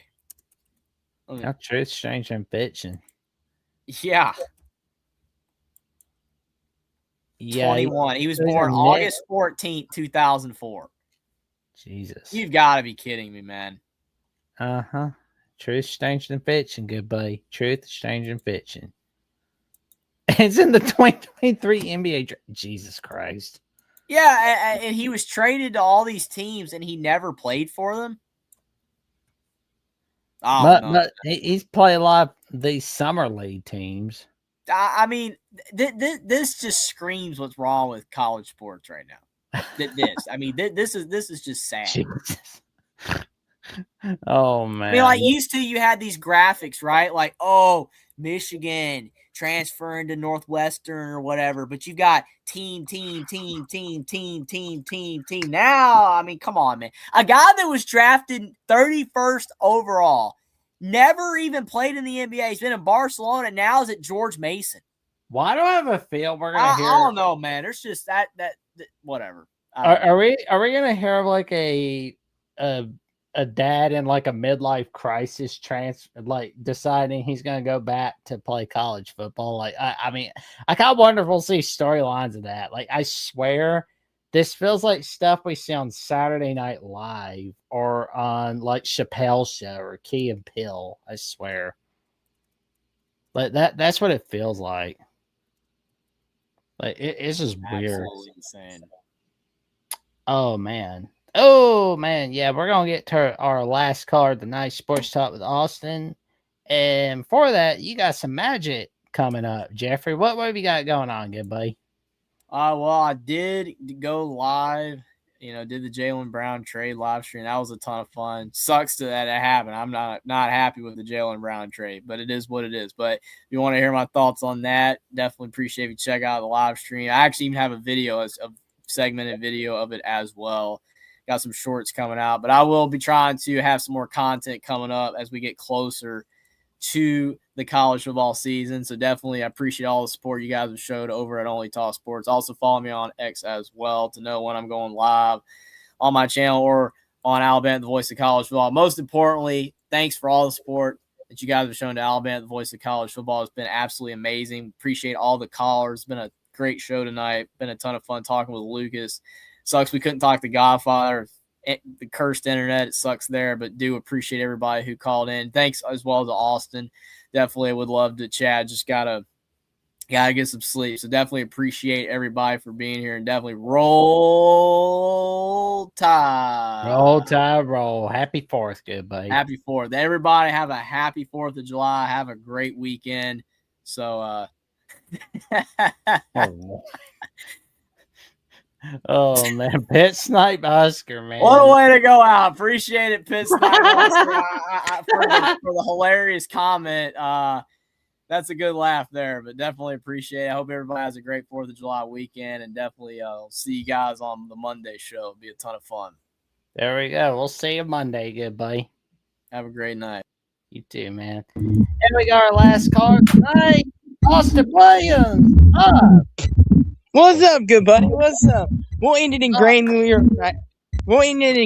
fashion. Oh man. Yep. You get to be the last caller of the night. Be part of the grand finale. Yes. And it's always good to be the grand finale. So there's lots to talk about, and one of them to talk about is Jackson's quarterback situation. Austin Mack, Keelan Russell. And I kind of want to give you my overarching thoughts and kind of get your view on what you think about this. So we've seen in years past where teams have had quarterback battles. That's nothing unusual in the sport. Heck, Jackson, we've seen it with your own team here. We've seen it with Jalen and Tua. We've seen it with a couple other battles back in the day. So it's not unusual. My thing is, Jackson, the fact that y'all are playing East Carolina week 1, which they're a good, solid I guess you would call them group of 4 team now. Or can we call them group of 5 again since the Pac-12's back? Like the Pac-12 is back. I guess we call them group of 6, I guess. Group of 6. Yeah. Group of 6. I still can't believe UTEP's now in the Mountain West. I mean that's blown my mind still. I guess it makes sense because Texas, I guess, is west. I guess depending on more sense than Northern Illinois in the Mountain West, and Sacramento State in the past. That's true. That's true. But to the overarching point, though, Jackson, I could see a world where maybe since you're playing East Carolina, maybe Coach DeBoer says, you know what? Here's what we'll do. The first half, we'll let Keelan play. Second half, we'll let Austin Mack play. Let them both have a half. And since you all should be the better team and have more talent, you should be able to win this game fairly easy. Now, we could have a South Florida situation like we had once before. I hope for Aaron Jeffries and Godfathers and everybody's sake that y'all can just enjoy that game, enjoy East Carolina and not have to worry, but you never know. But I think, Jackson, sometimes it's best to let them both play a half of actual live football against a team like East Carolina and just let them compete for it there. Whoever has the better half gets to start against Kentucky next week. Do you think that would be a good idea, Jackson? I do want to make sure you've got a quarterback like before week 1. I think whoever loses the quarterback battle, you'll definitely see him in the fourth quarter. Okay. So you're not for doing the halves. Just to get that straight. You're not for that. No. Okay. Because honestly, if the team doesn't know who the quarterback is, if you don't know who the leader is, then it's not going to end well. That's fair, and I understand that point. I've just always noticed some coaches, they actually just let them go out there and figure it out for themselves, but let them play a half. Like, obviously, Jackson, I've seen people saying, let them both play the first 2 series, and whoever does the best on the series gets the job. And it's like, I don't know if you want to necessarily do that either, because here's the thing, Jackson. This game's about confidence and momentum. Let's say one of the quarterbacks throws a pick, right? And then they get yanked and get sit down. That could hurt their confidence going forward. That's what worries me about if we go with that solution of each take a turn drive or maybe a half or a quarter apiece. And it could throw the team's rhythm off too. Because the team could be like, okay, we got one quarterback that's playing this quarter, is athletic, is mobile, can do this. And then we got another one who's a pocket passer. And it could throw the intangibles off. So I see why a lot of people are saying you all need to have a starting quarterback. I can understand why. Yeah, and honestly, I just want to make sure our offensive line's doing all right. I want to make sure our defensive line's all right, and just make sure our kicking game's looking really good.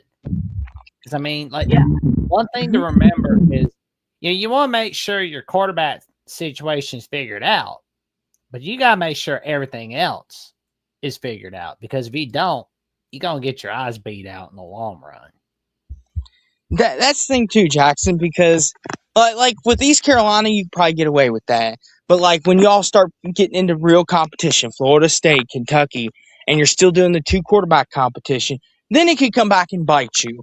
We've seen teams do that, and then sometimes it works out in their favor and sometimes it hasn't. We've seen it in the NFL, good buddy, where a team will put a quarterback out there for a couple plays or 2 just to throw the defense off a little bit.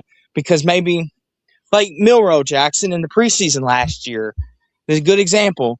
He actually was a part of a couple packages, and he actually was a decoy for the defense. Like, maybe Coach DeBoer does a little bit of that against East Carolina. Throws both of them out there at the same time, but Keelan Russell's the one taking the snap, and Mack is just out there as the decoy. Oh, yeah. I agree with Michigander. You have to have it figured out during camp. I mean, that's 100%. You got to have it figured out during camp. No doubt. And let me ask you, Michigander, this, and you too, Jackson. When J.J. McCarthy and Cade McNamara, when they had their battle, did Michigan have that figured out before they opened the season that year?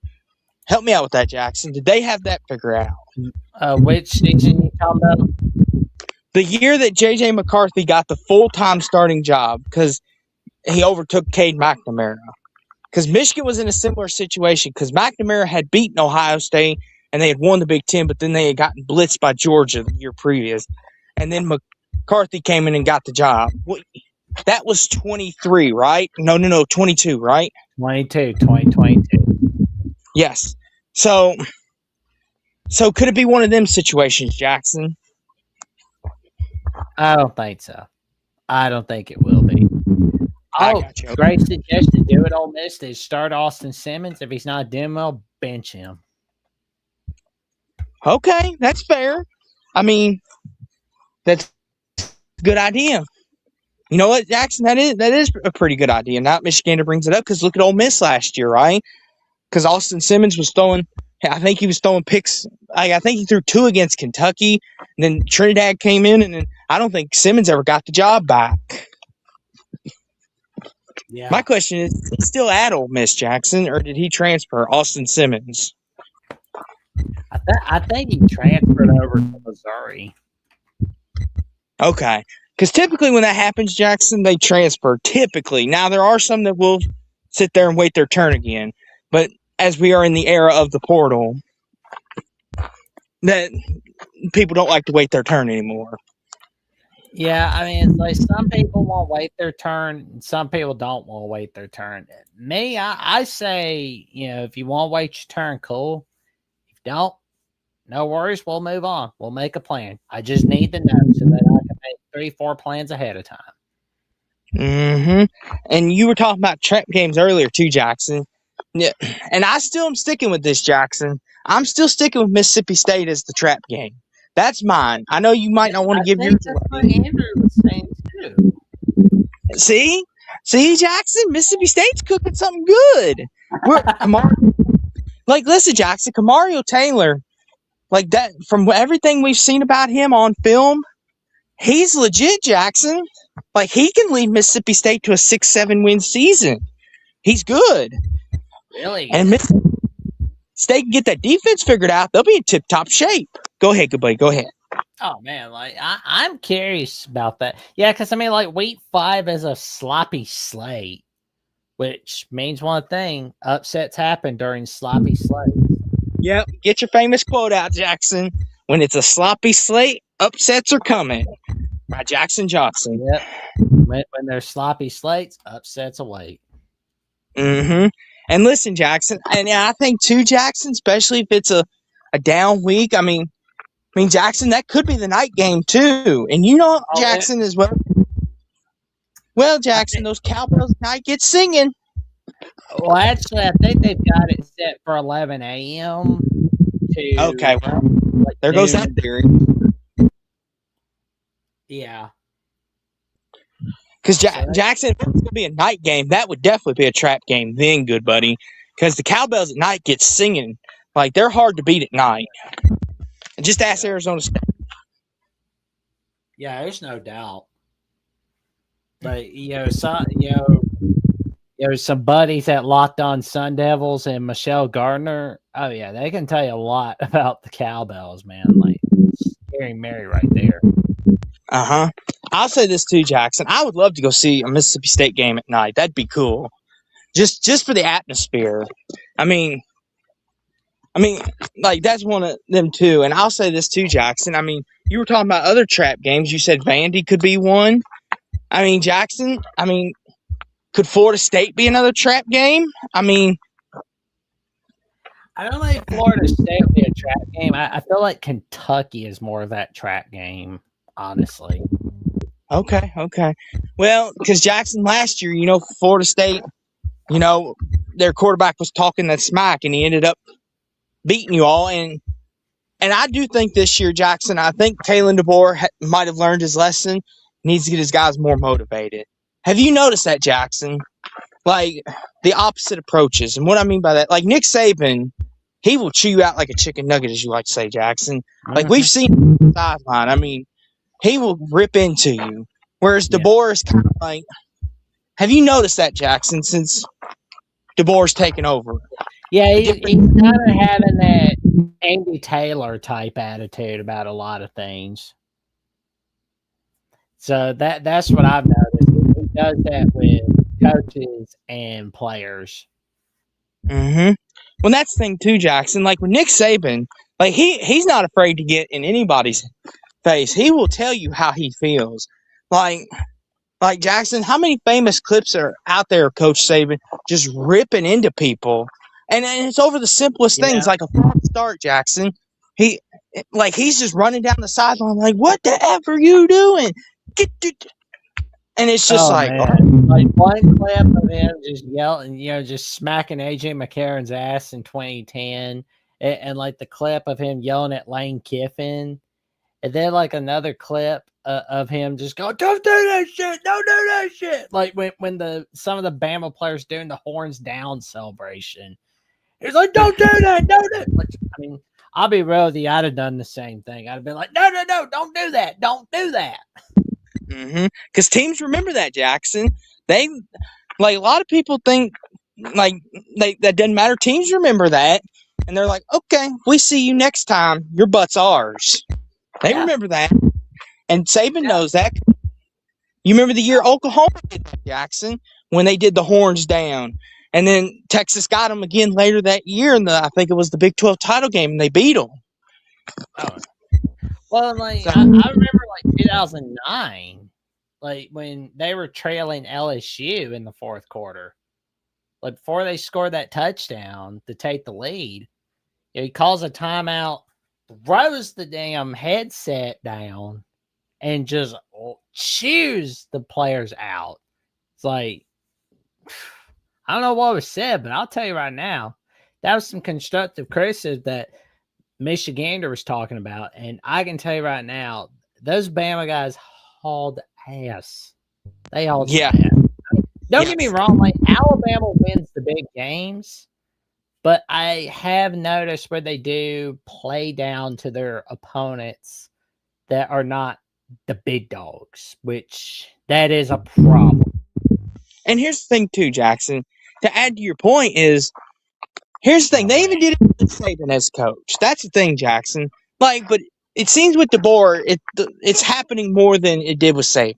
Like, obviously, Jackson, a couple years ago when y'all beat LSU, and then the next week y'all followed it up with kind of like a all right, and it was, I believe it was Saban's last year. I believe it was, he beat LSU that year, and then the next week y'all kind of followed it up with that. Y'all still won, but it was just like, it could have been better. And it's just like with DeBoer, though, and he's even did this back at Washington. It's not just a Bama thing. Jackson, we remember when they went to Tempe, when Michael Penix and company went to Tempe that year and almost lost. And this is when Arizona State was not good. You remember that game? Yeah.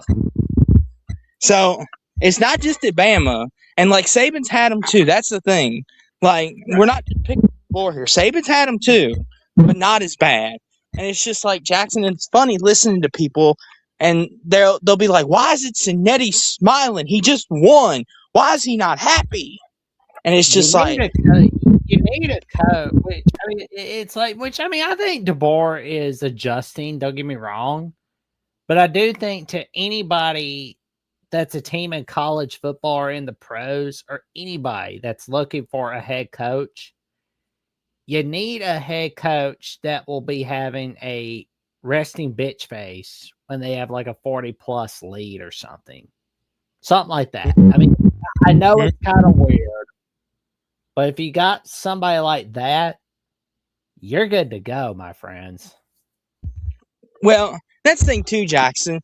When they beat Oregon, and they beat them, and everyone's like excited the first time they beat Oregon, and Cignetti was just like, he still had that resting, as you like to call it, face, Jackson. And a lot of people were like, "Why is he not smiling? He just beat Oregon and Eugene, something that ain't never done really." And it's just like, yes, and it's just like, and Jackson, when he finally cracked that smile after he won the Natty, and people on the social media was like, "Finally, Cignetti smiles." And it's just like, that's the way he was coached. You don't smile until that trophy is in your hand. Like Nick Saban, Jackson, a lot. Like, you look at him a lot of times. Like, they were up 63-10 against the Citadel one year, and he's sitting there just mean mugging the camera. Like, he's not going to smile. Not going to happen. No. Yeah, I mean, you need that, honestly, in a coach. You need a coach that will do that. And, it's like, you got that, you're good. You don't have a coach like that, you don't have problems. If you got a coach that wants to be everybody's buddy, that will never end. that will never end well in the long term. It might feel good in the short term. You might get several likes on an X post or on a TikTok post or on Instagram. But in the long term, you got to look at the long term. If it's not looking good for you, exactly. And it's just like in Jackson, you'll see coaches that after a player comes over or they get a win, they'll hug the player or they'll do something and they're smiling. And it's just like, and there's nothing wrong with that either. Like Jackson, Dan Lanning, like look how hyped he gets after a big win. And it's just like, and I like that for the guy. But you look at it, it's all depends on what coaching tree you come from and your style. Like Signetti, he's your resting bitch face, pardon me for cussing, as you like to call it. And Dan Lanning's more your pump it up, fire it up kind of guy. And then you got Sarkisian, these other guys who like to hug people after a big win. It's just how you're brought up. But I want to ask this, Jackson, before I go. Looking at the Bama schedule, Jackson, what games are you most looking forward to, and which games are you most scared of? that's a good one right there. Because honestly, I look forward to smacking Auburn off face here. But in all seriousness, though, the games I'm really scared of. This is the one I'm scared of. At Tennessee. Mm-hmm. That's here's why. Alabama's not beaten Tennessee since 2020. And we know what happened in 2022 and 2024. And Tennessee always thrives at home against top 10 teams, top 5 teams. They always thrive at home, but they can't win on the road to save their life. That's the thing I've noticed about teams under Josh Heupel for Tennessee so far, is they can't win the big one on the road, but they can win the big one at home. That's what that Tennessee game scares the living daylights out of me. And I'll say this too, Jackson, to add to that. Last year they went to Gainesville and beat Florida, I believe it was, because last year was in Gainesville, correct? Yep, and that was the first time since 2003. And Jackson, and that's one of them, I think, that finally got that monkey off the back. So maybe them finally beating Florida on the road, maybe that'll help them against these better teams, like when they go to A&M and when they go to these, when they go to LSU, when they play those teams, or when they go to you all next year. Maybe that'll help them out. But go ahead. Well, honestly, I would not be surprised if I see Tennessee just pulling off an upset over like a Texas, or just showing LSU a thing or two. Honestly, because they're kind of weird like that. Like this year, I could see them having that home field advantage help them out against LSU and Texas. I could see that. I'm not saying, they will, but I'm saying they could. That's a possibility right there. Mm-hmm. And the thing with Tennessee, too, is, Jackson, is they're one of them teams, Jackson. They either are going to be a 10-2, 9-3 team, or they're going to be 8-4. They're in that ballpark every year with Josh Heupel. They're either going to win, like they're going to win their easy games, and then they're going to lose their tough games. And like you said, the fact that you are going to Neyland this year, and it's in the stretch of where y'all play Georgia and LSU, and you play A&M, it's in that little stretch. I think that's definitely a game Bama could draw. I'm not saying they will, but it definitely could be. But, Jackson, I think it being a rivalry game, I think helps because you don't lack off as much because you want to beat them. And like you said, obviously, Auburn always gives you trouble. Now, at Auburn, yeah, but in Tuscaloosa, they just crap their pants. I mean, here's the thing, Jackson. Let me ask you this then: do you think Auburn's going to be good this year, like 7-5, 6-6 good? They could, but the 2020s decade has just been such a mess for them. The last time they had a winning season was the 2020 season. And, it's just been a total mess for them. I mean, they'll be Baylor and Southern Miss, no doubt about it. But I don't think I see them getting through. I still feel like they're going to have a schneid. They're going to have a top losing streak. I mean, I can see them beating Arkansas. I can see them beating Sanford, obviously. I mean, Arkansas is just a fate worse than hell. Mississippi State, I think they could win a tight one against them. I mean, Kamari Taylor's not going to go down without a fight. They'll smack Sanford off base here, but they'll lose them. I think, as of right now, the losing season streak continues for 2020. And that's the thing, too. Unless they beat Vanderbilt.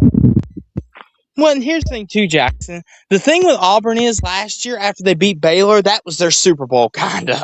Like Jackson, we remember this. I remember a lot of people were saying Auburn's going to win 9 games last year. There was a lot of people saying that. They're going to win 9 games and they're going to beat Bama. And here's the thing, too, Jackson. And you even said, you'd be like, they beat Baylor. This isn't RG3 Baylor they beat. They beat Dave Aranda Baylor. It's like, do you think that could be a thing again, Jackson, where if they beat Baylor, then they get people start saying 9-10 win? Do you think that could happen again? That and if they beat Florida on week 3. Okay, yeah. If they beat if they're 3-0 going into Vanderbilt, you know they're going to scoot their butts across the floor. Jackson, they'll be like, we're coming for you, Bama. We're coming for you, Big Al. This is our year. Yeah. Call me when you can win a big rivalry game on the road. Then we'll talk. I mean, they whined and cried through a fit at the grocery store over Auburn, Georgia being on 2 weeks before rivalry week. You know, we want this game in. We want this game in. Yeah, and has that resulted in a single win so far? No. Yeah, and it's just like, oh, there we go. There we go. Hit the wrong button. But yeah, that's just funny, Jackson. The way Auburn fans come at you guys sometimes. It's just funny listening to them. Last thing I'll say on this, Jackson, then I'll get out for the night. Well, LSU. I didn't answer your question about what's the game I'm most excited for Alabama. Oh, yeah, please do, Jackson. Please do. My apologies. Yo, you're good, man. You asked a question, and I wanted to make sure I answered the second part to your question. The Georgia game is the game I'm most excited for. You know, that's fair. Yeah, because honestly, Alabama, which, I mean, I know like Georgia will obviously be ranked higher than Bama. I suppose they should be. But the thing is, there's been 2 times Georgia's beaten Alabama since 2008. The 2025 SEC title game and the 2022 national championship part of the 2021 season. Now, when Alabama and Georgia play each other in the regular season, Alabama just beats Georgia in a tight one. And honestly, you know, I could see where Bama beats Georgia again. I could see where Georgia is the only, which I could see where Georgia's only loss for the regular season is Alabama. Then they win the SEC again, and then they lose to Sugar Bowl, like somebody in the Sugar Bowl. It's like a Phineas and Ferb plot all over again. Where it's like Phineas and Ferb builds something, Candace gonna bust them. Then there's a Doofenshmirtz Perry the Platypus fight.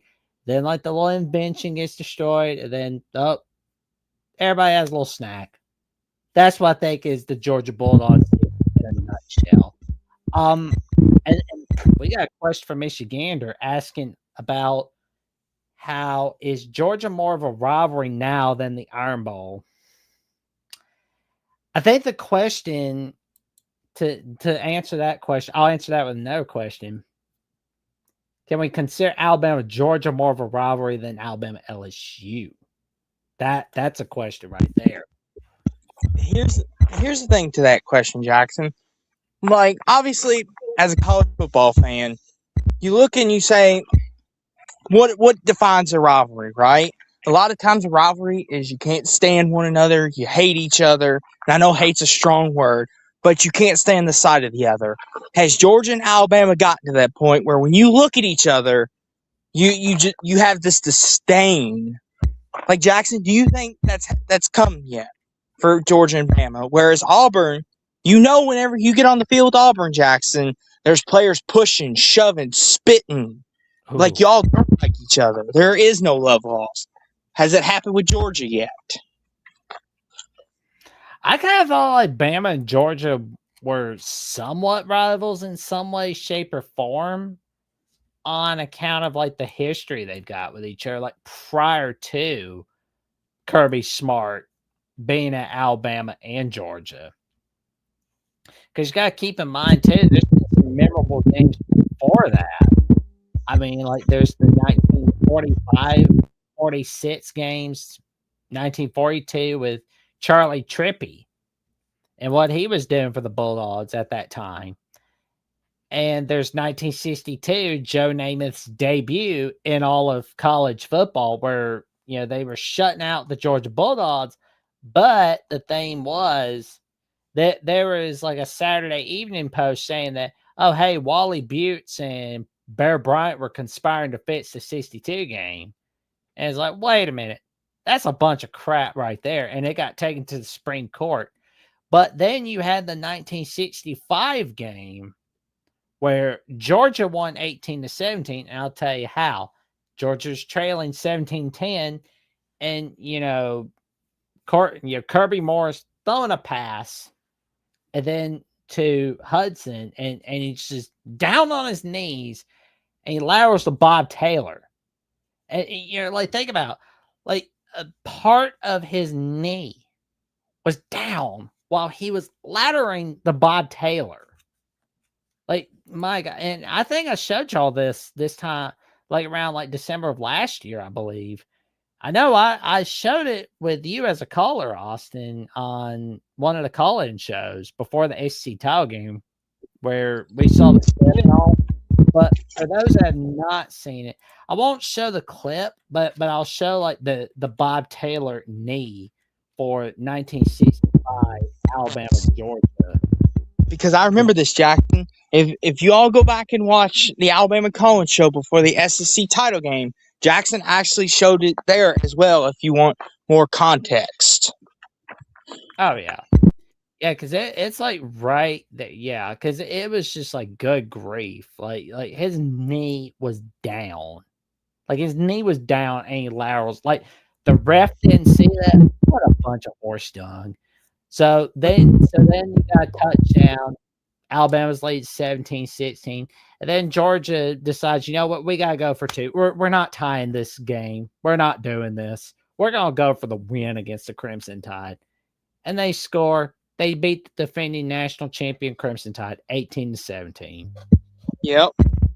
And of course, Jackson, the most famous Georgia-Alabama game to this point, and this is when Kirby Smart was the head coach, was obviously the Tua to Devontae Smith touchdown play. Bama wins in overtime to win Natty 17. Oh, yeah.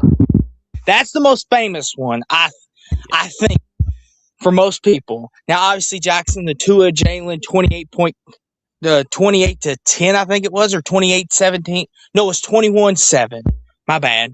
21-7 in the SEC title game in 2018. That's another one.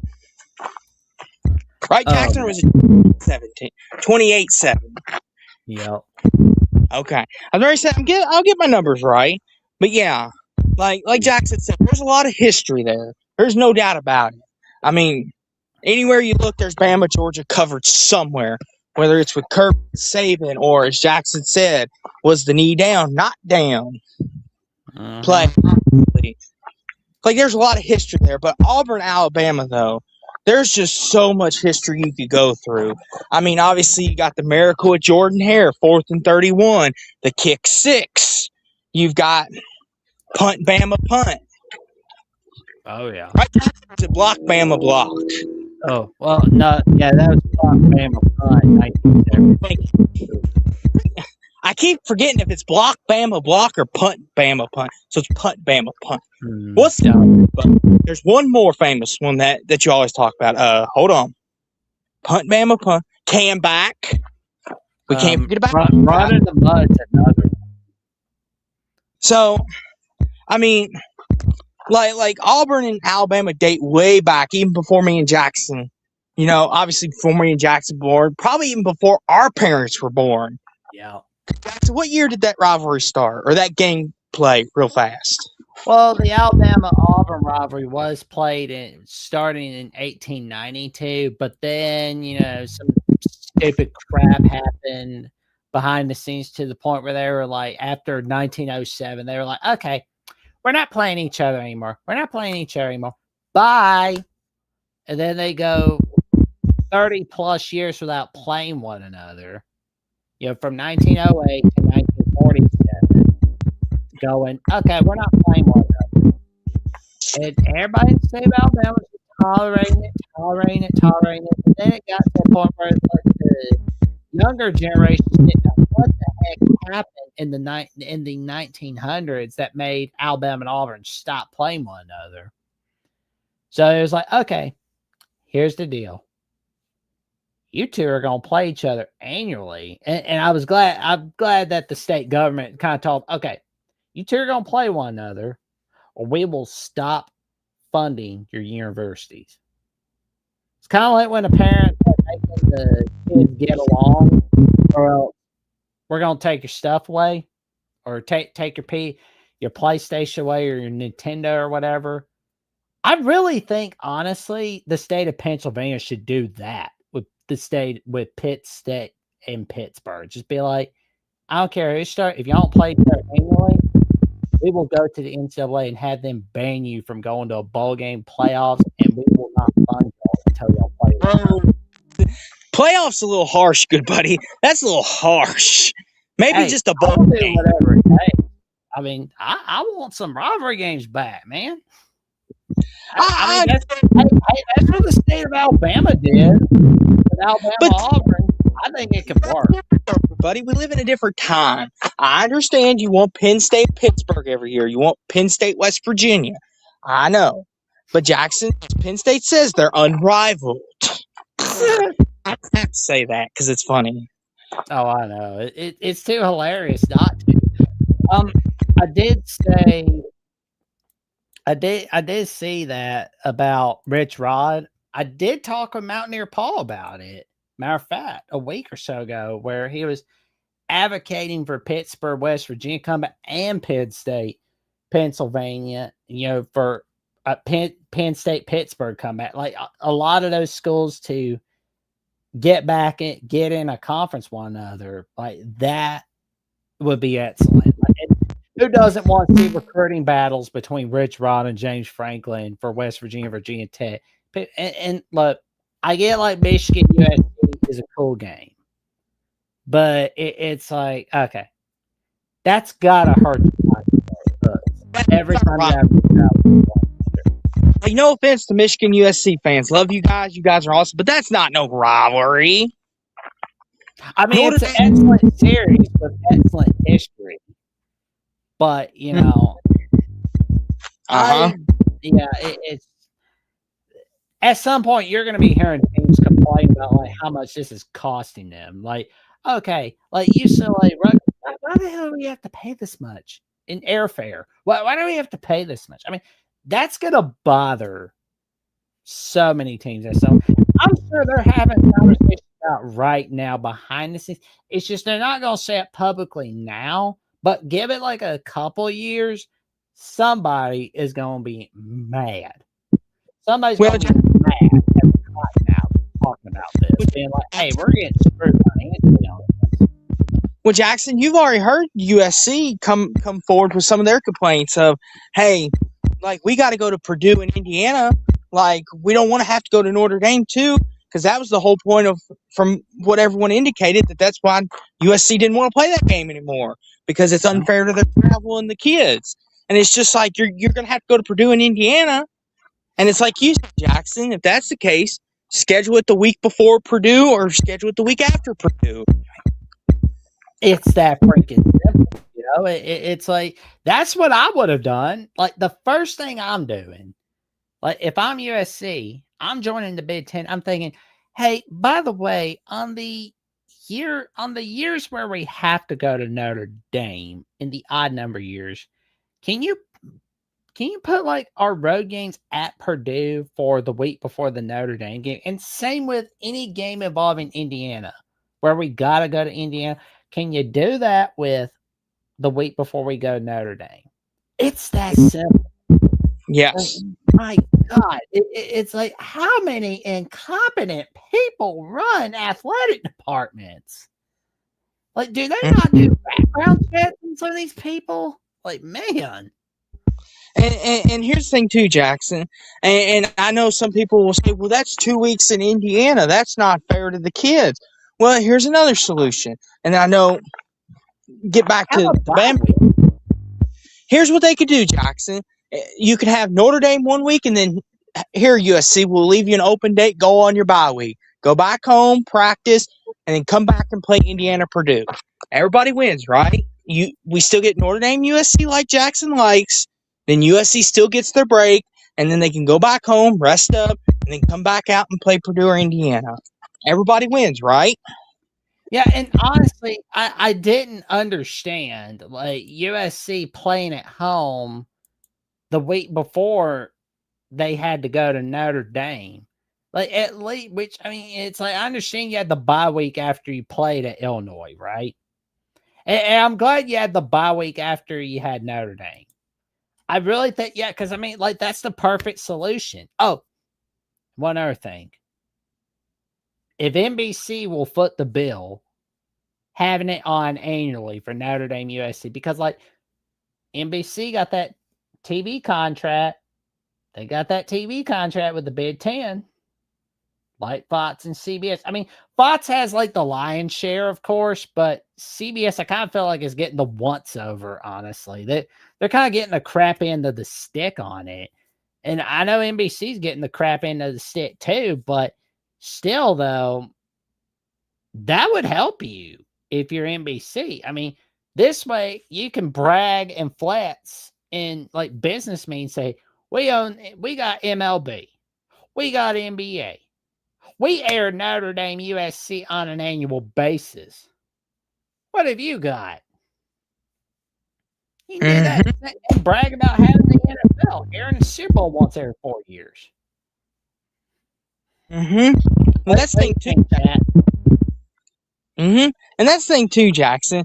It's one of them, you know. It's kind of like with the SEC, right? Where Jackson, they're taking away the cupcake games, and it's just like, and people are like, some people are like, oh, you don't need to do that. And Jackson, it's always what you've said, good buddy. You've always said, hey, like I'm tired of cupcake week for the SEC. It's boring.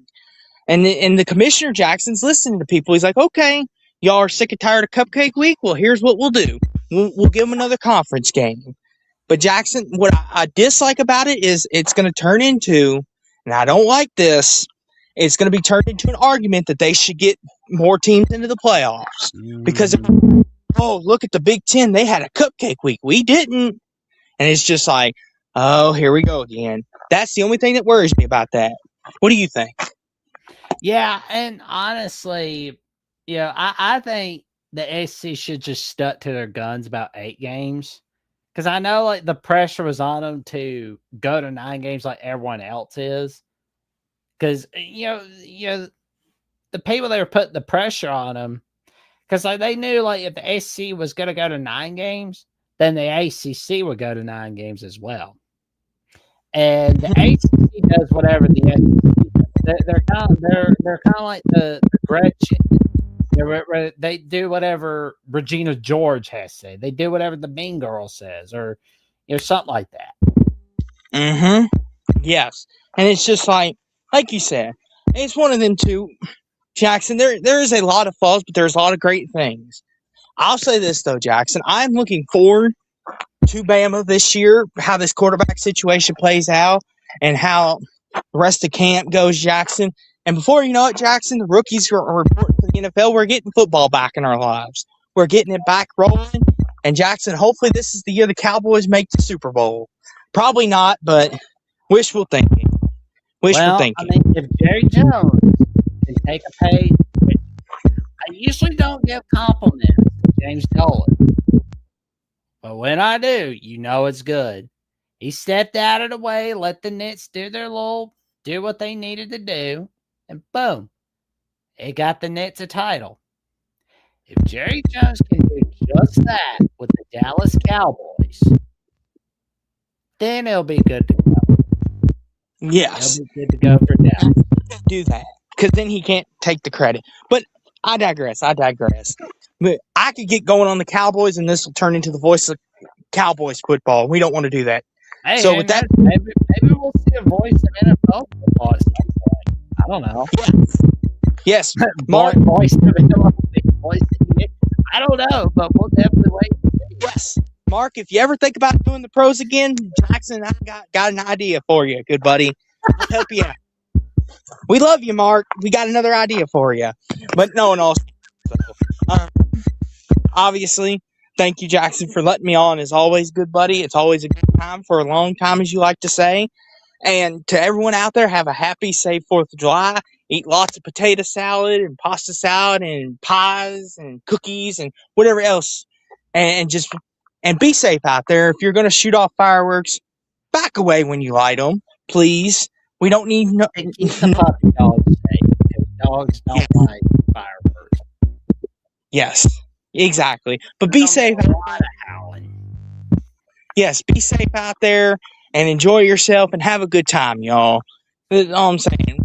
Let's enjoy America's birthday together and enjoy everything. Good night, y'all. Good night, Austin, and you sleep well. It's always a great time for a long time with Austin Williams. Like I can tell you right now, he is a good buddy of mine. We've got a lot of backstories about how we first met, and I can tell you right now, it was a fun time for a long time. And we'll definitely tell you more about it for sure.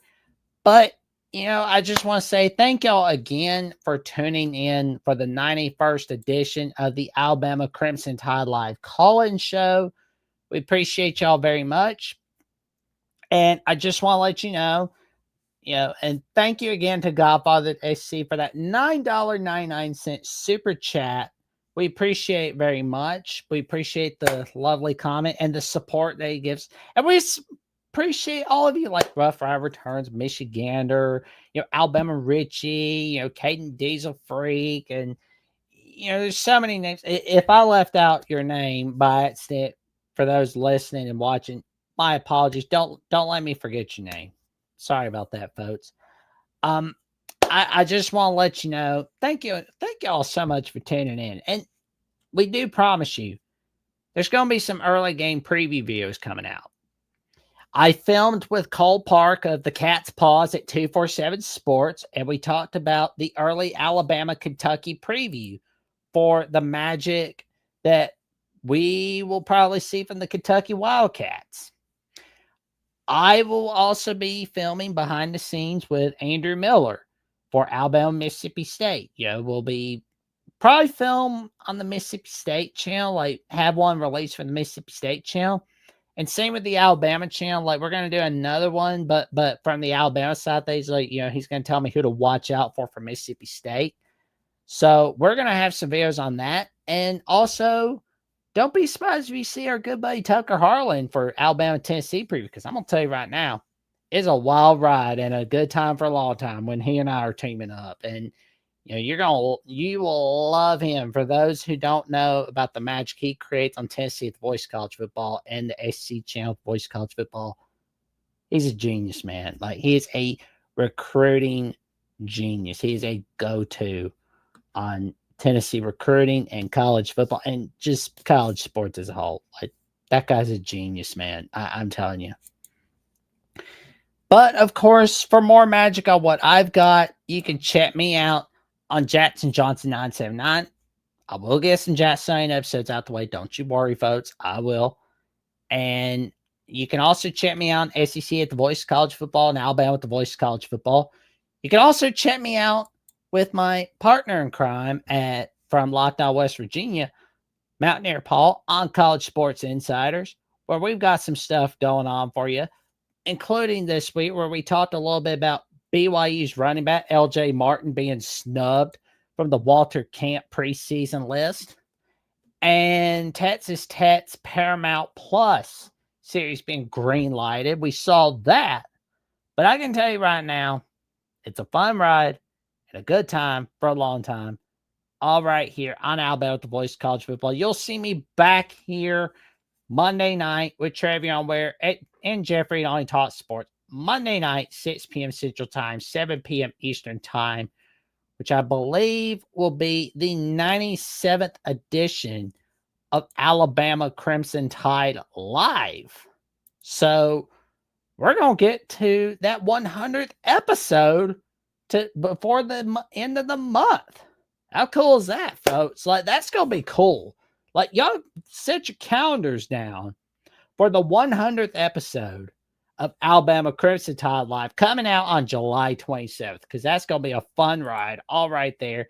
And tell your friends, your family, and the cashiers at Publix about the magic that me, Jeffrey, Travion Ware are bringing you Monday nights, all right here on the Alabama Crimson Tide Live show, Monday nights. And the magic Jeffrey and I create right here with all of you on the Alabama College shows. We take your calls. And you can also check out Travion Ware, Kelsey Huffine, and Carson Becker on Alabama Primetime Live at 6 p.m. Central Time and 7 p.m. Eastern Time. With that being said, y'all have a happy 4th of July on the 250th birthday of the United States of America. And we'll be seeing y'all Monday night. And like, comment, subscribe, click on the notification bell so you never miss an video whatsoever. We will see y'all soon. And roll!